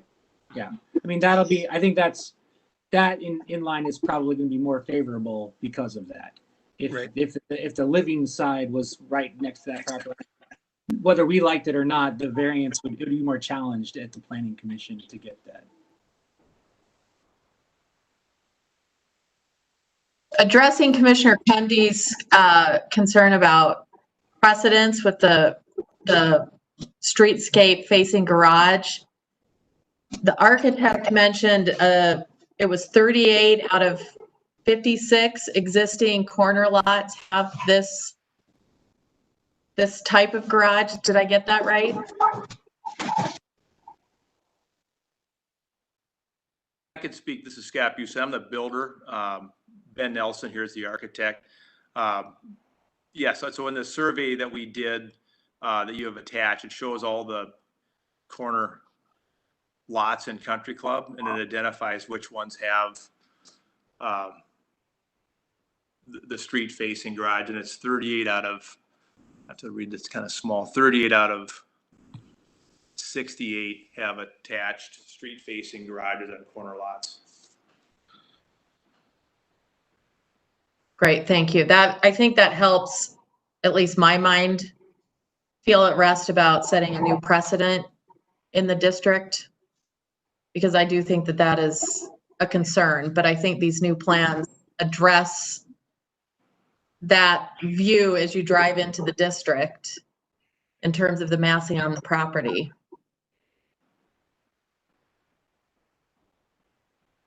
Does anyone else have a question, comment?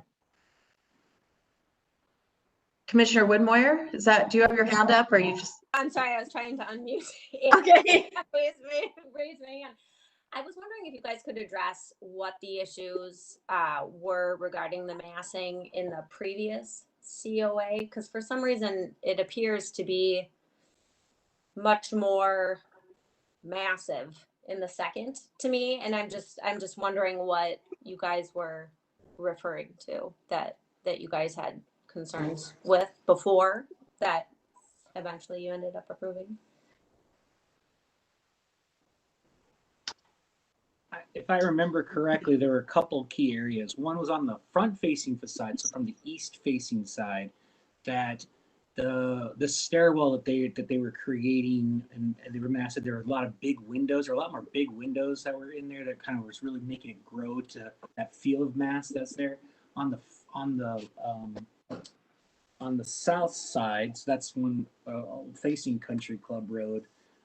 There were several key elements of the garage, and as it kind of bumped out towards the street, there were key elements that kind of came from there. And I think there were some balcony components that were in the master bedroom above the garage, or I don't remember the exact specifics, but there were those types of elements that seemed to just really bring it out further. And I think what you're seeing here is why they're trying to set it back further, is that because this is not this piece of property, I don't want to say is unique in the Country Club. There are not many that are like this, to where it's on a curved corner component. And so no matter what way you look at it, and there were a lot of people who were talking about, well, this is the first house you see when you drive into the district from Wooddale. And right, it's like, yeah, but it doesn't really matter, because the front facing facade under the plan of treatment for the district it's Drexel. It has nothing to do with Country Club. So there was a back and forth as to, well, wow, that's just huge when you see it. Like, yes, it might be, but if you took another property on a different location, what could we or what would we do with that? There was a lot of back and forth about that, and there was a lot of feelings. Unfortunately, Sarah is not here tonight. She definitely had a lot of I don't want to put words in her mouth, but if I remember correctly, she had some very specific concerns about some of the elements in the design of the previous design that she felt were massive along the lines that I was just talking about. But I think we were able to work back and forth with this to say, here's where you want to go. I remember the original sketch plans that were presented to us, and I know this particular plan pretty well, that, you know, the homeowner, you know, certainly was trying to do certain types of things, and we certainly gave a lot of feedback as to this isn't going to work, and then they kept kind of remodeling from there. All I can tell you is, from what I'm seeing now, is that yes, it's still a massive property compared to what's there now, but that property that's there now is in such disrepair and is such sort of in having a lot of problems. They cannot tear down this house because it falls within the protected period of time.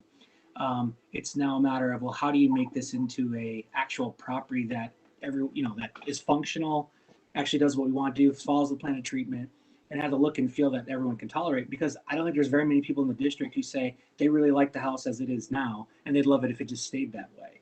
So it's a matter of, this is going back to taste now. It's like, well, what do you like? What don't you like? Whatever it is. And how do we not bring our opinion to taste, but try to give look and feel for what that is on a parcel of land that is just not easy to work with, because Drexel is the front facing facade. You have this whole south elevation that actually is really what most people are going to see. So I don't know if that really answers your question, but that's kind of how I remember it going back and forth, because it came back and forth a couple different times and I was chair at that time. That's how we were trying to navigate those elements. A lot of the discussion kind of revolved around the size of the windows, the number of windows, the scale of the windows. There was a lot of discussion of that between the sketch plan and the came forward for a certificate of appropriateness. Another big theme was the entryway. The current house, the entry is off of the curved piece of the home. I'm trying to find pictures here. So the front door is on the curved portion of the home, and so the entry is changing to this general area. So there's a lot of discussion with that. There's a lot of discussion with the windows around that and the focus of the entryway. So I think Scott and the homeowners can ask for kind of what specific feedback if they're asking for anything specific, but in general, that was some of the discussion that came up with the previous application. Hey, Go everyone. ahead, Commissioner Cundy. Oh, I have a quick question, unless you want to let Mark speak first. Okay, Mark, go ahead. so regarding this property and some of the materials that you've selected, I feel as if some would be more fitting to the Spanish angle, and I worry that if you select some of the other selections, it would be edging towards modern. So that's one thing. And the other thing, if memory serves me correctly, isn't the trim on this house in details like green? It's not necessarily in the black theme. I'm seeing a lot of black and white here. I thought that is kind of different today. Is that not right? Builder or architect, you want to, or homeowner, you can address that. Is the existing trim on this house green? I thought the roof and the trim was green.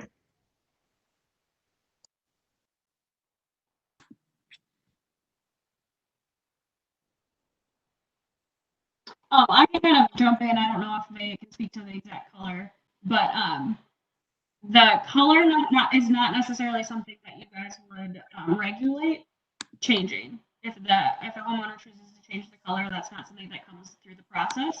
We have had people that live in the neighborhood come forward and ask for suggestions for colors that fit within the style of their home or the time period of their home, but that's not necessarily something that the Heritage Preservation Commission regulates throughout the neighborhood. What about materials, to his first point? Materials, as far as like if someone's redoing their roof, replacing their roof, that's not something that you guys would come forward and it would not come forward for a certificate of appropriateness. Again, we might get questions similar to the last meeting. There was a COA for a garage, and they were going to be changing their roofing material in their home. So they came forward and asked kind of more because they had the certificate of appropriateness that had the roof material on it. But in general, if someone is going to be replacing their roof, it will come forward to the Heritage Preservation Commission. If you're replacing windows, in general, if you're keeping the same size and shape of the window, it doesn't necessarily come forward for a certificate of appropriateness either. Go ahead, Commissioner Cundy. So I have a quick question for one of our many talented architects on the commission. So I look at the side, the north-facing profile of the new plan, which we've shown a couple of times. I don't know if you're able to pull that up. So looking as you drive into Country Club from the south, there we go. Can you scroll down to the drawing? That front porch or covered area or balcony seems very deep to me in comparison to really almost any other property that I can really think of in the neighborhood. Can someone speak to like how that fits architecturally, or maybe the builder can talk about what the is there some intent for the top of that or the front porch? It just that it seems, I'm looking at the scale of that versus like one of the garage doors in terms of how far it sticks out, and thinking about most of the houses in the neighborhood, it just seems like that front kind of portico or covered area is not nearly as deep as that is from street to the actual door. Scott, do you have a comment on that? Or maybe Commissioner Everson? Go ahead, Commissioner Everson. Yeah, I mean, they cited one example on Moreland in that PDF document. I guess I'm unsure if they're doing if there's a rooftop balcony above it. I haven't, really fully digested the plans here. I don't see any reason for it to come out that far unless you were using the space above it, or it does seem fairly prominent, and you're typically going to see some kind of covered overhang over a front entry, but that can be 2 feet deep, up to 10 feet plus, I guess. But yeah, functionally you don't need it to be that large unless you were using the space above or it had some aesthetic appeal. I did want to circle back quick on the materials discussion, and I do agree. I think there's some elasticity on that. Yeah, okay, that's fine. Some give and take. If you were to, looking at the roofing materials, I know this isn't necessarily something we can enforce, but if this ended up with black asphalt shingles, I think it doesn't feel like a Spanish colonial house really much at all. I know there's some other features on here that kind of play off that motif with the arches and some of the decorative facade shapes. But yeah, if you go away from the tile style roof, I know it's a big cost concern that doing your actual clay tiles is extremely expensive, especially compared to asphalt shingles. But I think the fact you're going away from that red terracotta color already and going to black, which I think is really sharp and could be kind of more of a temporary take on it, but then you're also changing the shape, to potentially an asphalt shingle. I think, it's just not going to feel like a historical Spanish colonial house anymore to me. But not sure what we can do. Discourage the. I didn't mean my comment earlier wasn't to discourage any sort of comments or anything on the materials, because this project is coming for a certificate of appropriateness. You guys can discuss the materials, and I just wanted to make sure it was clear that in general, if someone's replacing a roof in the neighborhood, it doesn't necessarily come through the Heritage Preservation Commission for a COA, but with this discussion, it can definitely be a part of the certificate of appropriateness discussion. Anyone else having trouble hearing Emily? Yeah, it drifts in and out a little bit. Okay. Is that better? Yes. I didn't mean to discourage any discussion with the materials, because this is in front of you with the certificate of appropriateness. That can definitely be part of the discussion. Scott, did you want to address the covering over the front entryway? Sure. Go ahead. Yeah. So, they're not planning, living space above that. We really tried to get that to emulate the condition that we saw at other homes in the district. The best example was the one in the beginning of the presentation at 4510 Moreland. So these are both about 6 feet deep. There's some elasticity in that, obviously, but it was meant just to allow, if a party arrived at the home of, 2 or 3 people, there was space for them to, stand in front of the door, and then allow for, a storm door will typically swing out 3 feet into that space. So, obviously 4 feet would be too small for people to stand. So it was just allowing for a 3-foot storm door to swing out, and then have, so people didn't have to step back out of the, fall back on the stairs, to sort of it's that ideal functional size for the door and people standing without having to shift back when that door opened. And it's also, I'll say it's also 2 feet back from the allowable setback line. So we did keep it back from the setback of the adjacent home at 4626. Yeah, actually, there you can see the dash line of the neighboring house. It's Yeah. actually out in front of it.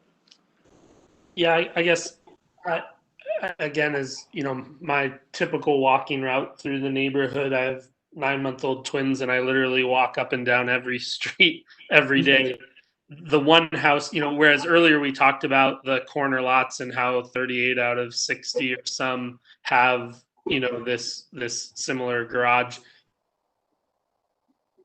I figured that was the house you were talking about, and I think it literally is the only one, and it's at least for me personally stands out as being rather odd in that front porch into the 600 homes. So I love a lot of what you guys have done here. Again, I wasn't on the commission for the first round. I think you've done as well as you possibly could, like with the garage and having that not be prominent on that entryway into the neighborhood, understanding that that's not something you necessarily had to do, given that it's a side yard, but I think it's a nod to your understanding of kind of the aesthetic of the neighborhood. All of the windows I actually like, and if you really look at the pictures on this house, that's another thing that's kind of unique to your property is all of those windows are atypical for the neighborhood, but they're actually most of them already on the house as it sits today. So I don't see that as being, you know, propagation of a ton of new windows where there aren't any. That south side of the house already has lots of windows. It's one of the cooler aspects of the property. So I think that the new facade there looks really good. I'm hesitant on that front porch. I think the example house you gave to me stands out as one of the more odd houses in the neighborhood. And I wouldn't be looking to kind of emulate that personally with my vote on this. I know we're not voting tonight, but my recommendation would be to maybe cut that back to something that's a little more in scale with, you know, irrespective of where it sits on the property line and with respect to other properties, just the depth and scale to match more of what most of the other houses in the neighborhood have, which is, you know, that 5-6 foot. Would it be possible to keep the entry street extended out? Does anyone else have a comment or question? I appreciate that feedback, Bob. And I have a comment. I have a comment too. Hey everyone. So Bob, you hit the nail on the head with the window comment, because I'm envious of this home because it has super big windows already. And that is pretty odd, or pretty extraordinary actually for the neighborhood. So I love that. And I completely agree about this. If what we really do oversee is the street facing facade of the house, and it's determined to be Drexel, even though that's half of what you're going to see, actually, I think it's important to really hone in on this particular detail. It's an opportunity to pay homage to the Mediterranean flair, which I think some of the design may be losing as it transitions more towards a modern home, which is going to be great. It's going to be beautiful. But I completely agree with you, Bob. I'd be hung up on this one a little bit too. It just does seem really big and square, and like you could do something a little bit different and really cool with that idea.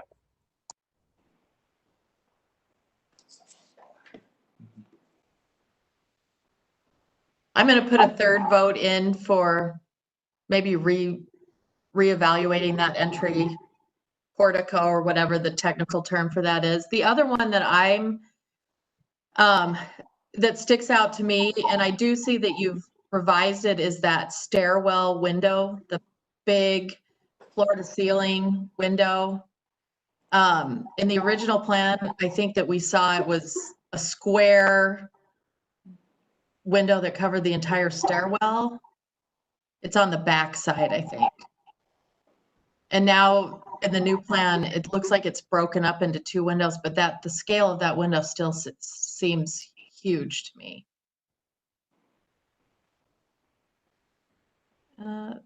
There.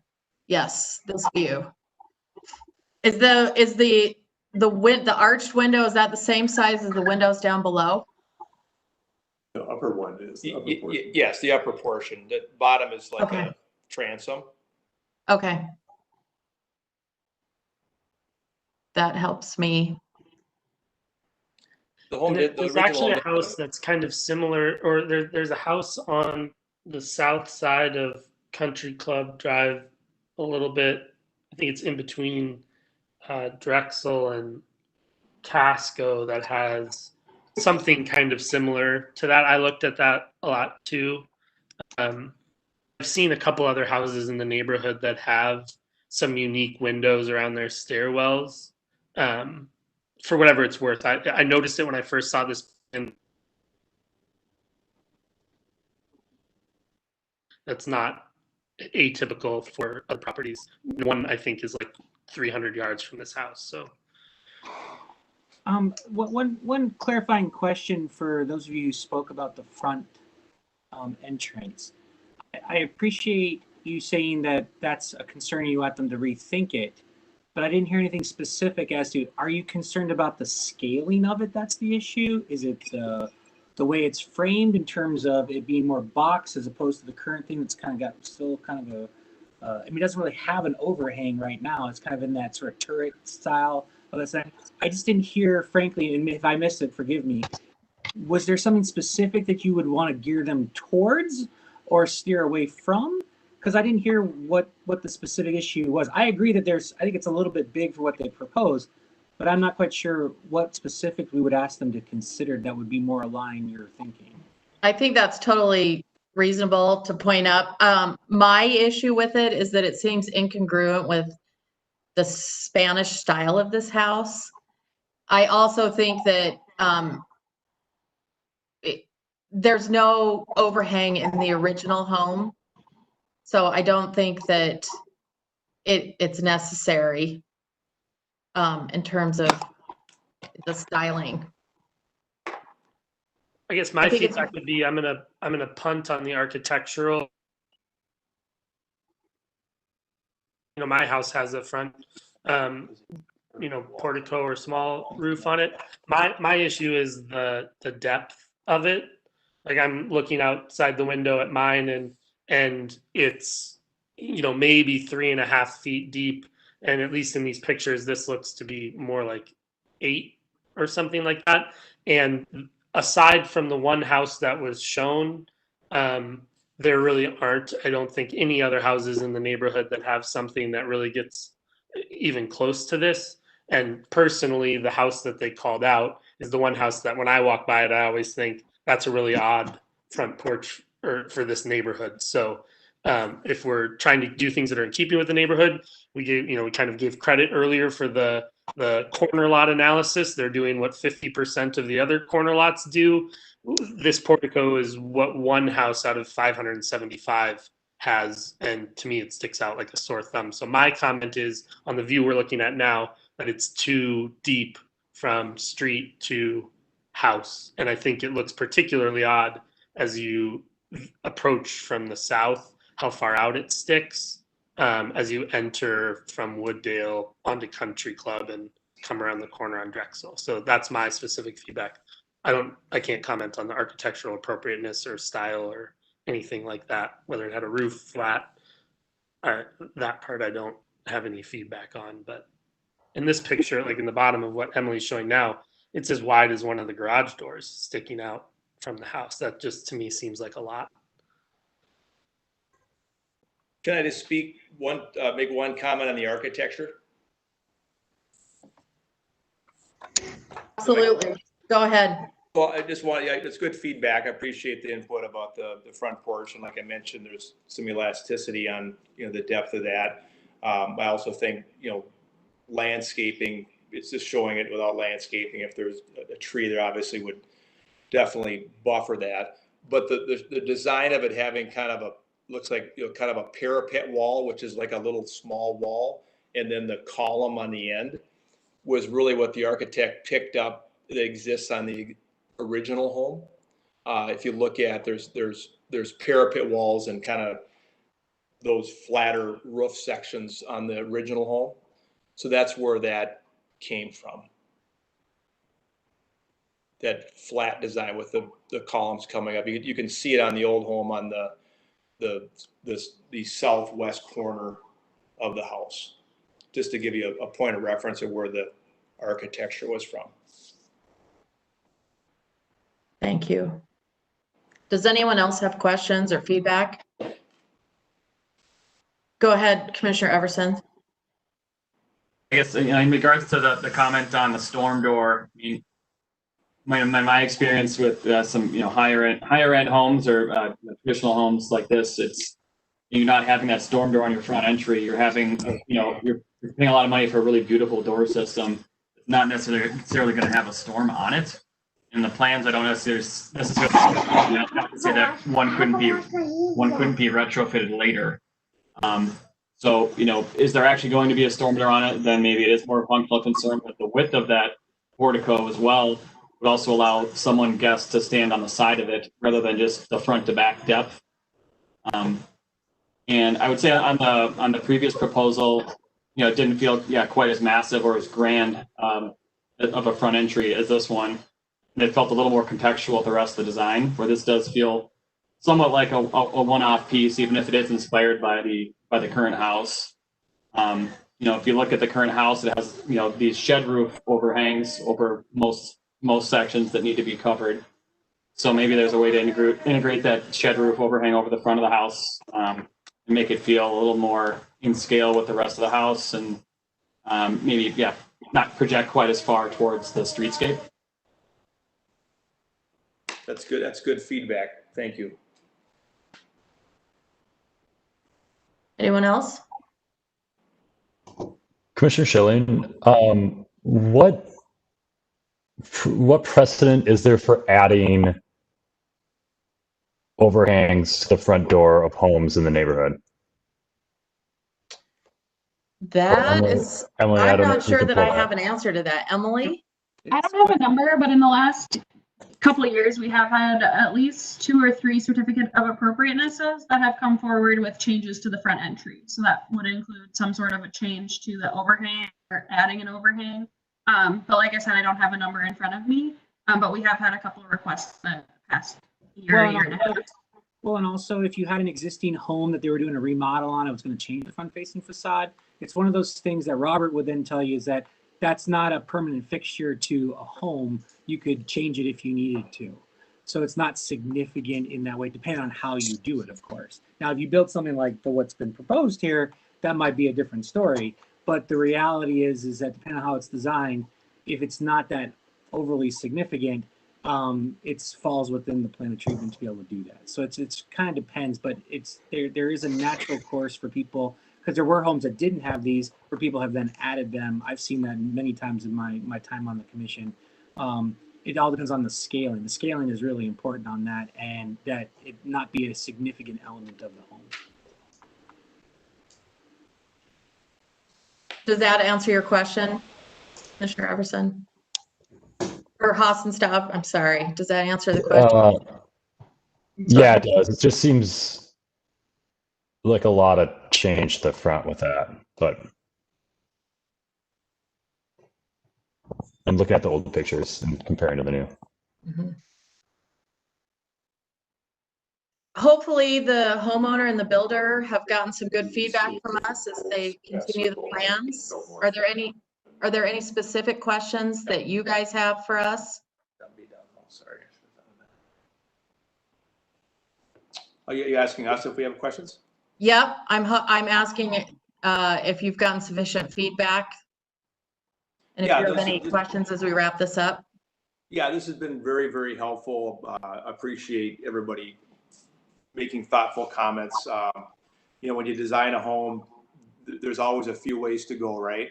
But I think our intent was to, provide Ben and Kathy were just creating a home that, a home that they love, but also with really respecting and considering ways to make this home attractive as you drive in Country Club, like their main intent of revising the plan. So it's good to hear that was received well. Appreciate the commentary on the front porch. We'll take another look at that.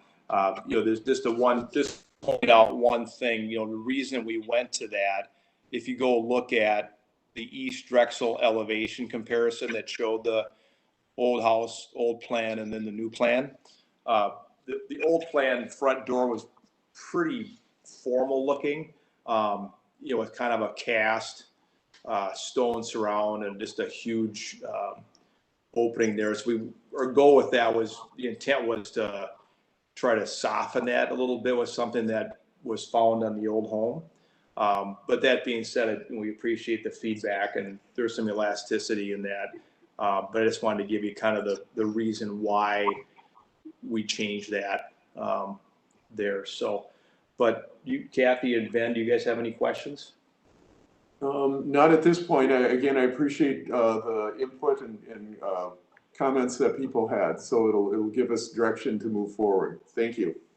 Yeah, thank you so Commissioner much. Kunde, it looks like Commissioner Kunde has a quick comment. Yeah, I just wanted to add one more thing. Again, I'm super excited. I walked by this house and I've been eager to see what someone was going to do with it. So I'm super excited about it. I wanted to say that I really like both the shape of the garage doors and the fact that they were the two individual doors as opposed to a bigger, singular rectangle door. So I liked that and would encourage you to kind of stick with that kind of approach. I think that kind of breaks it up and really fits that facade or that side of the house. So just wanted to add that in. Thank you. That's helpful. Really quick, team. It looks beautiful. I'm equally as excited as Commissioner Kunde to see this move forward and see what you guys are going to do with our lovely home. Thank you. We do appreciate you two bringing the sketch plans to the commission and taking our feedback to heart. It shows that you are invested in what we do too. So thank you.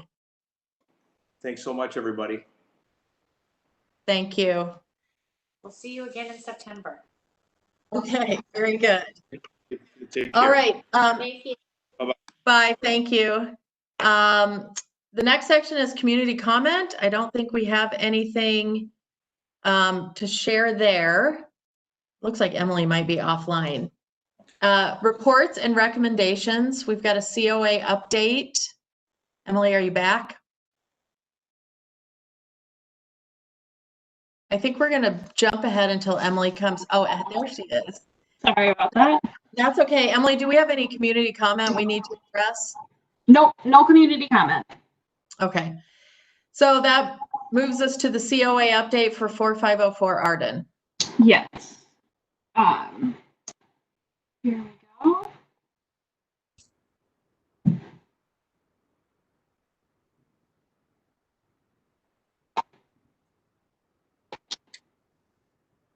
So the applicants are on the call. I will say that first, but I'll just go through the quick changes to the certificate of appropriateness that was approved in March. So the original certificate of appropriateness was for the demolition of the existing garage and the new detached garage at 4504 Arden. You can see on the left-hand side here the previously approved elevations. One of the conditions of the original COA is that for detached garages, the overhang needs to be included within the 3-foot required setback. And so one of the conditions is that the applicant at that point in time needed to move the garage to conform to that required 3-foot setback. With the building permit submittal, the applicants came forward and the overhangs were removed from the garage. And so with that change in the proposed elevations is the reason why it's back in front of you tonight. The site plan, the proposed garage will meet that 3-foot required setback, but now it just does not have the overhang that it did with the original certificate of appropriateness request. So that is the change, and that is the reason why it's in front of you tonight. So do we need to take a vote to assign a certificate of appropriateness? Yep, like we talked earlier in the meeting, the certificates of appropriateness are conditioned to the plans that are presented. And so with the change in the overhang, I felt that it needed to come back through the process to get that approved so it was clear. In case, if there was under construction, we would get questions from surrounding property owners or from someone who may have followed the project through the initial certificate of appropriateness request. This is a change, so it needs to come back in front of you guys for formal action. Okay, that's what I thought. Do any of the commissioners have any questions on these new plans? Go ahead, Commissioner Everson. To get this straight, instead of moving the location of the garage or resizing it, they just removed the overhangs to be in conformance. Yes. And had we talked last meeting about the overhangs and the roof pitch matching the existing house? I feel like we talked about that. Yep, here is the existing garage here at 4504 Arden. So you can see the existing garage doesn't have much of an overhang. But that was discussed, that was discussed at the last meeting. How much of an overhang does the house have? Do we have any closer up pictures? I don't have that information. The homeowners might be able to speak to how deep the overhangs are, but I don't have that information. We do not have overhangs on any side. We just have gutters along the front and rear. Thanks, Erica. From what I can see, this looks like a fairly minor change that's not changing much of anything in terms of our approval of the original plans. Does anyone see anything different that I'm seeing? Just to clarify, the garage would have gutters too, right?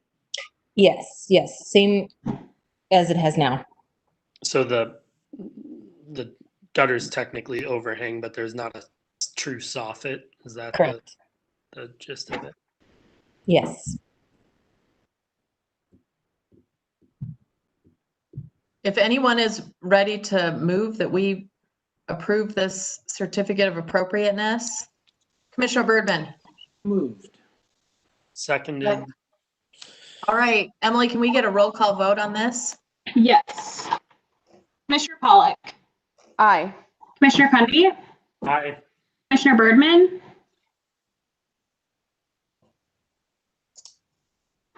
Okay, Commissioner Woodmeyer. Aye. Commissioner Everson. Aye. Commissioner Hassenstad. Aye. Chair Schilling. Aye.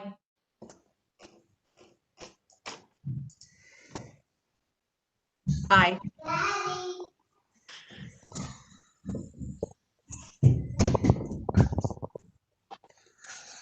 Did you get mine, Emily? Yes, I did. Sorry. Okay, that's okay. Okay, it sounds like we have passed the certificate of appropriateness with the updated plans for 4504 Arden. Thank you very much. Thank you. Okay, next on our agenda is the 2021 work plan. Emily, do you want to pull that up? Yes.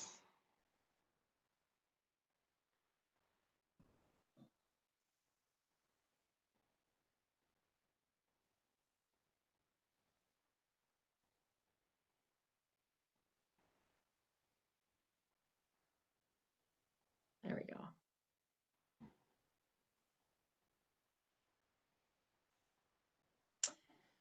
Okay, so this is this your draft? This is the draft 2021 work plan. Yes. So, and this, sorry, go ahead. Okay. Do you want to walk us through it, or do you want me to? It doesn't matter, whatever you prefer. I can walk through it if that's helpful. Otherwise, you can go through it as well. Why don't you walk us through it and then we'll discuss. Okay. So initiative 1 on my draft here is about the education of the owners and designated properties as heritage landmarks. This is what we discussed.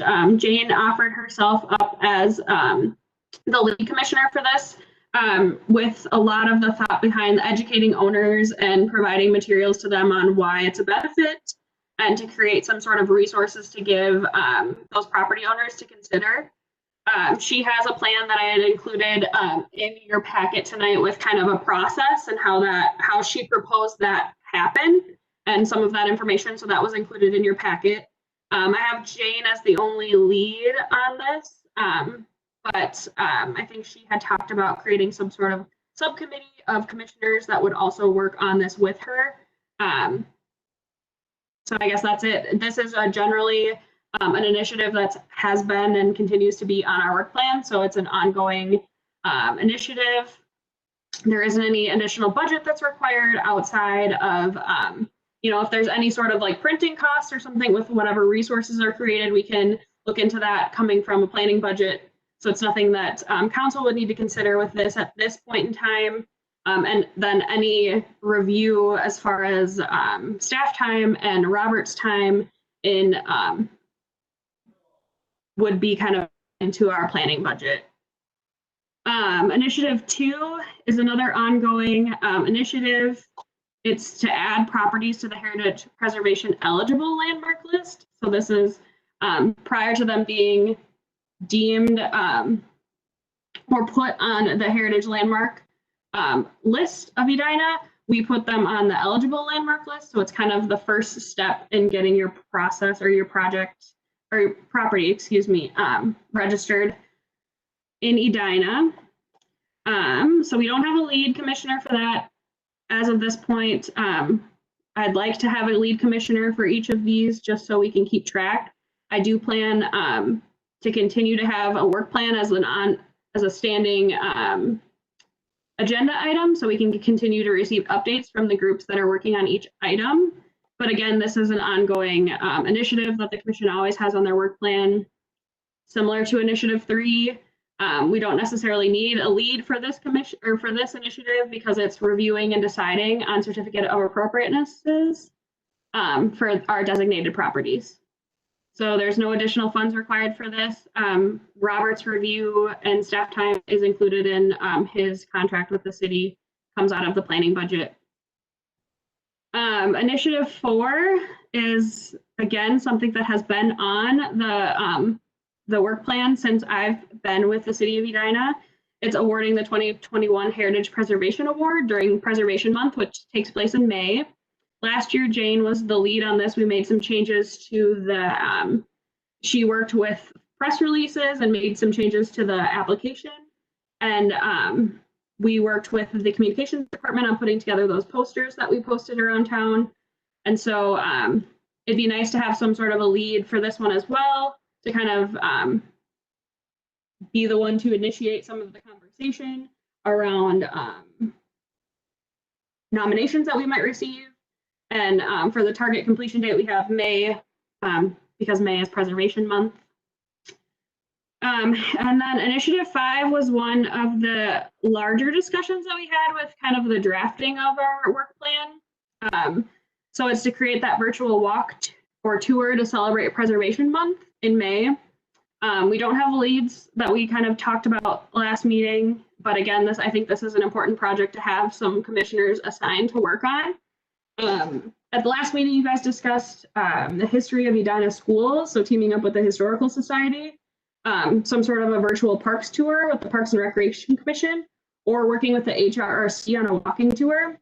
I would suggest kind of another idea to kind of pin down is because our virtual walk had gone so well this year, in my opinion, I think it might be important to start or do something with the landmark properties that we have. There isn't a ton of information out there, so I think that's something that you guys can work on. If it's doing some sort of a bike tour, you can look with the bike and ped plan or the bike and ped map and do some sort of a bike tour or pedestrian tour of all of our landmark properties just to get some more awareness out. I think that kind of falls within kind of the work that you guys are doing, and I think that might be important because we don't have a lot of information out there other than our interactive map on the website, but it might be something good to get some more awareness out about the city's heritage landmarks that we have before we go off and do some of the other projects that team up with other commissions. But again, that's just a thought that you guys can discuss. So as far as staff report or staff support goes, I talked with our GIS specialist, so she's aware that this is on your guys' work plan and this would get approved kind of throughout the council process. But she would, again, support, be staff support with this, with the expectation that all the information that's gathered comes from the commission and it's just given to her to kind of create the walking tour. So other than that, there was a couple other discussions but from what I understood, there wasn't anything that came out of that. One of them being Jane had an idea of keeping some sort of a spreadsheet for the Country Club District. And in the packet, I included some of the existing spreadsheets that we have, or at least information that we have.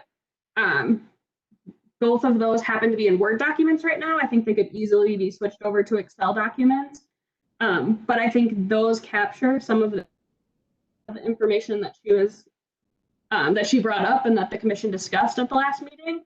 So I did include that in the packet, in your packet, just so you guys knew. I keep track of certificates of appropriateness that are approved, and I do that on an annual basis with our annual report. And then there was a list that I know Jane had some questions that Robert isn't here tonight, but that hopefully Robert can answer with some of the numbers that he had on the properties that were built outside of the period of significance. So that was just some more background information on why that was included in your packet. But I have those 5 initiatives on your work plan, or on this draft work plan so far. The work plans are due to MJ on September 25th. Our next meeting is September 8th. So we do have a little bit of wiggle room if you guys aren't comfortable moving forward on something tonight. But we would need to take final action at our September meeting. Okay, I think tonight, one of the things that we could do is identify some leads and maybe get some volunteers for the subcommittee. Let's start with initiative 1. So this is the one that Jane has, Commissioner Lundquist has volunteered to lead, but she is looking for hopefully a couple of commission work as a subcommittee on this. Do I have anybody who's interested in doing that with Jane? I'd like to be, please.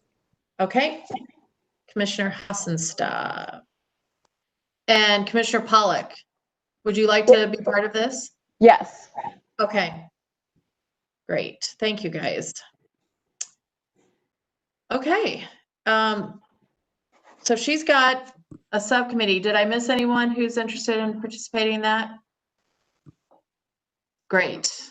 Number 2, the heritage preservation, identification of possible heritage landmark properties in Edina. Do I have anyone who's interested in being a lead here?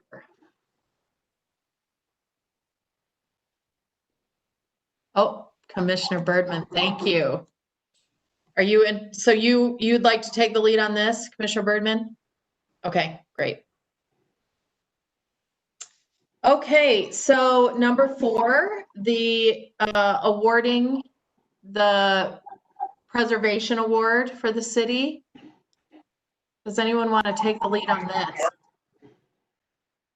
I would like to work on this one, so I don't know that we care who's necessarily lead versus. Well, maybe we'll have co-leads. Commissioner Hassenstab and Commissioner Kunde. Okay, fantastic. Thank you. And number 5, let's see.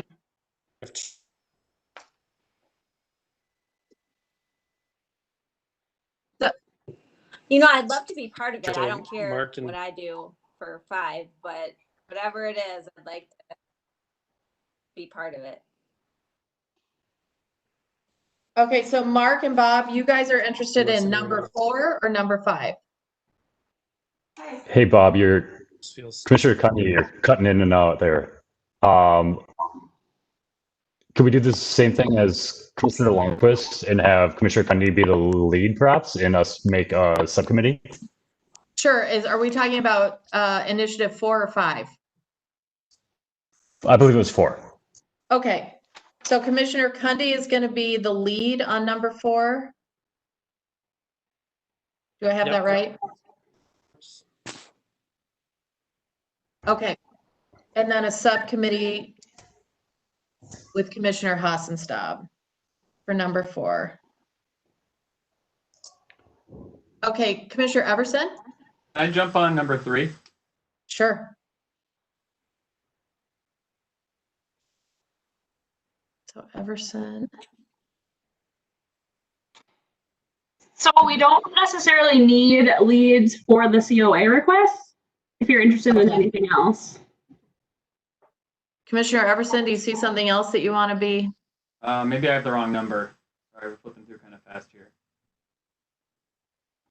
I think it was identifying the new heritage landmarks. I think Commissioner Bergman was on that one. Oh, yep. Number 2. Sorry, number 2. Yep. I could help him out on that one. That would Okay, be my preference. great. I like the enthusiasm happening. Okay, number 5. Did I see Commissioner Woodmoyer? Yeah, I'd love to be part of it. I don't care what my role would be. Do you want to take the lead on this? I could give it a try. Okay. Annie, you were kind of lead, weren't you? I led this last year, and I would love it if you took the lead. I'd love to participate too. Okay. Okay, so you and I can work together on this. Okay, that sounds good. Are you talking about Initiative 5 right now? You'd like to? Yes, I'd love to help Yes. with Initiative 5 as well. Okay. Great. Is anyone else interested in number 5?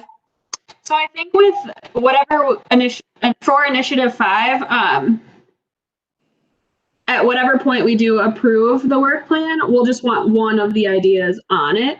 So whether that happens tonight or in our September meeting, depending on what you guys want to do, that's up to you. But I think it will be important to pare it down to one before we present it to council. Emily, just for the record, I do really like your idea of focusing on the current Edina landmarks, the historic landmarks, and just getting more information out about those. Okay. If anyone has a different idea, I welcome that. Yeah, I think that could be really interesting. I mean, you could almost, to the extent there was a budget, print up some lawn signs, right? And have those, have everybody in May perhaps put a lawn sign out on those properties that are designated historic properties with a QR code or something so that they could start the tour. They would, just sort of be raising awareness of it. I don't know. It would be kind of a cool idea. Mm-hmm. No, I think there's a lot we can do with this. Okay, great. I think that this is an excellent delineation of leads and subcommittees for our work plan. Do you see us needing to do anything else before next month on this, Emily? I can put together kind of more of a final draft for you guys with the leads filled in and with a little bit more information included. And then we can take action or plan to take action on our September 8th meeting. I think that's perfect. Do you guys? Does anyone else have anything they want to add about the work plan? Commissioner Pollack? Yeah, so I raised this when we talked about the bridge. I don't know if it's appropriate, perhaps it's too specific, but should that be a work plan item, right? We know it's going to happen. It seems like it would be a good opportunity for a smaller subset of us to go and really research and think about how we would address this going forward. So I just throw that out there. Maybe this is the time to add it. Maybe there's not a lot of work that actually happens this year on it, but it can be an ongoing item until, that comes to us for formal approval. Emily, what's your feedback on adding the bridge conversation to this work plan? Well, I think the bridge discussion kind of falls under the certificate of appropriateness item because it's kind of driven by work that's being done. You guys are one of the commissions that does work based on applications that are submitted to you. Similar to how the planning commission, a lot of the work that they're doing is just acting on applications. So I think that the bridge discussion falls under that. It's kind of driven by action that's happening or projects that are happening in town. I can definitely, the engineering department has been working with SEH on the plans and a lot of the research already. So I can reach out to Chad and see if there's anything that they need as far as research goes for that project. But from a HPC standpoint, I think it's just a matter of taking action on it, unless I'm not understanding kind of what more information you guys want. on the bridge. But one thing I think too, Commissioner Pollock, that might address where you're coming from on this is when and if we do get to the point that we're doing a bridge overhaul or reconstruction or something, that at that point we can talk about maybe doing some kind of historical interpretation or marker or public outreach about the history of that site. Or maybe create some sort of narrative for the public when the event happens. And at that point, it might be more appropriate to put it on our work plan. Otherwise, I sort of agree with Emily that we're more in a reaction mode in terms of our certificate of appropriateness.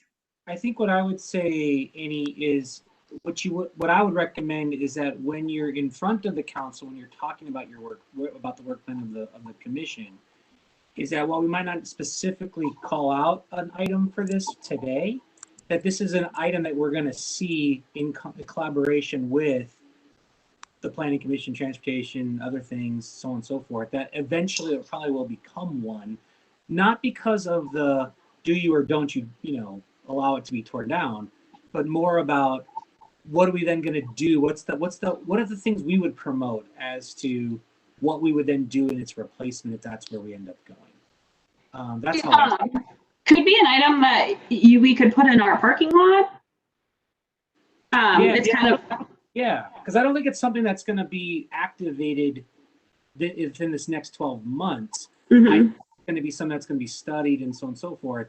But it's a parking lot to let them know that we're aware of it, and that as things progress, we'll kind of go from there. Now, again, if some safety issues come up or it progresses a lot faster than there, you can obviously quickly move it from where it is. But it's really making sure the council knows that we know.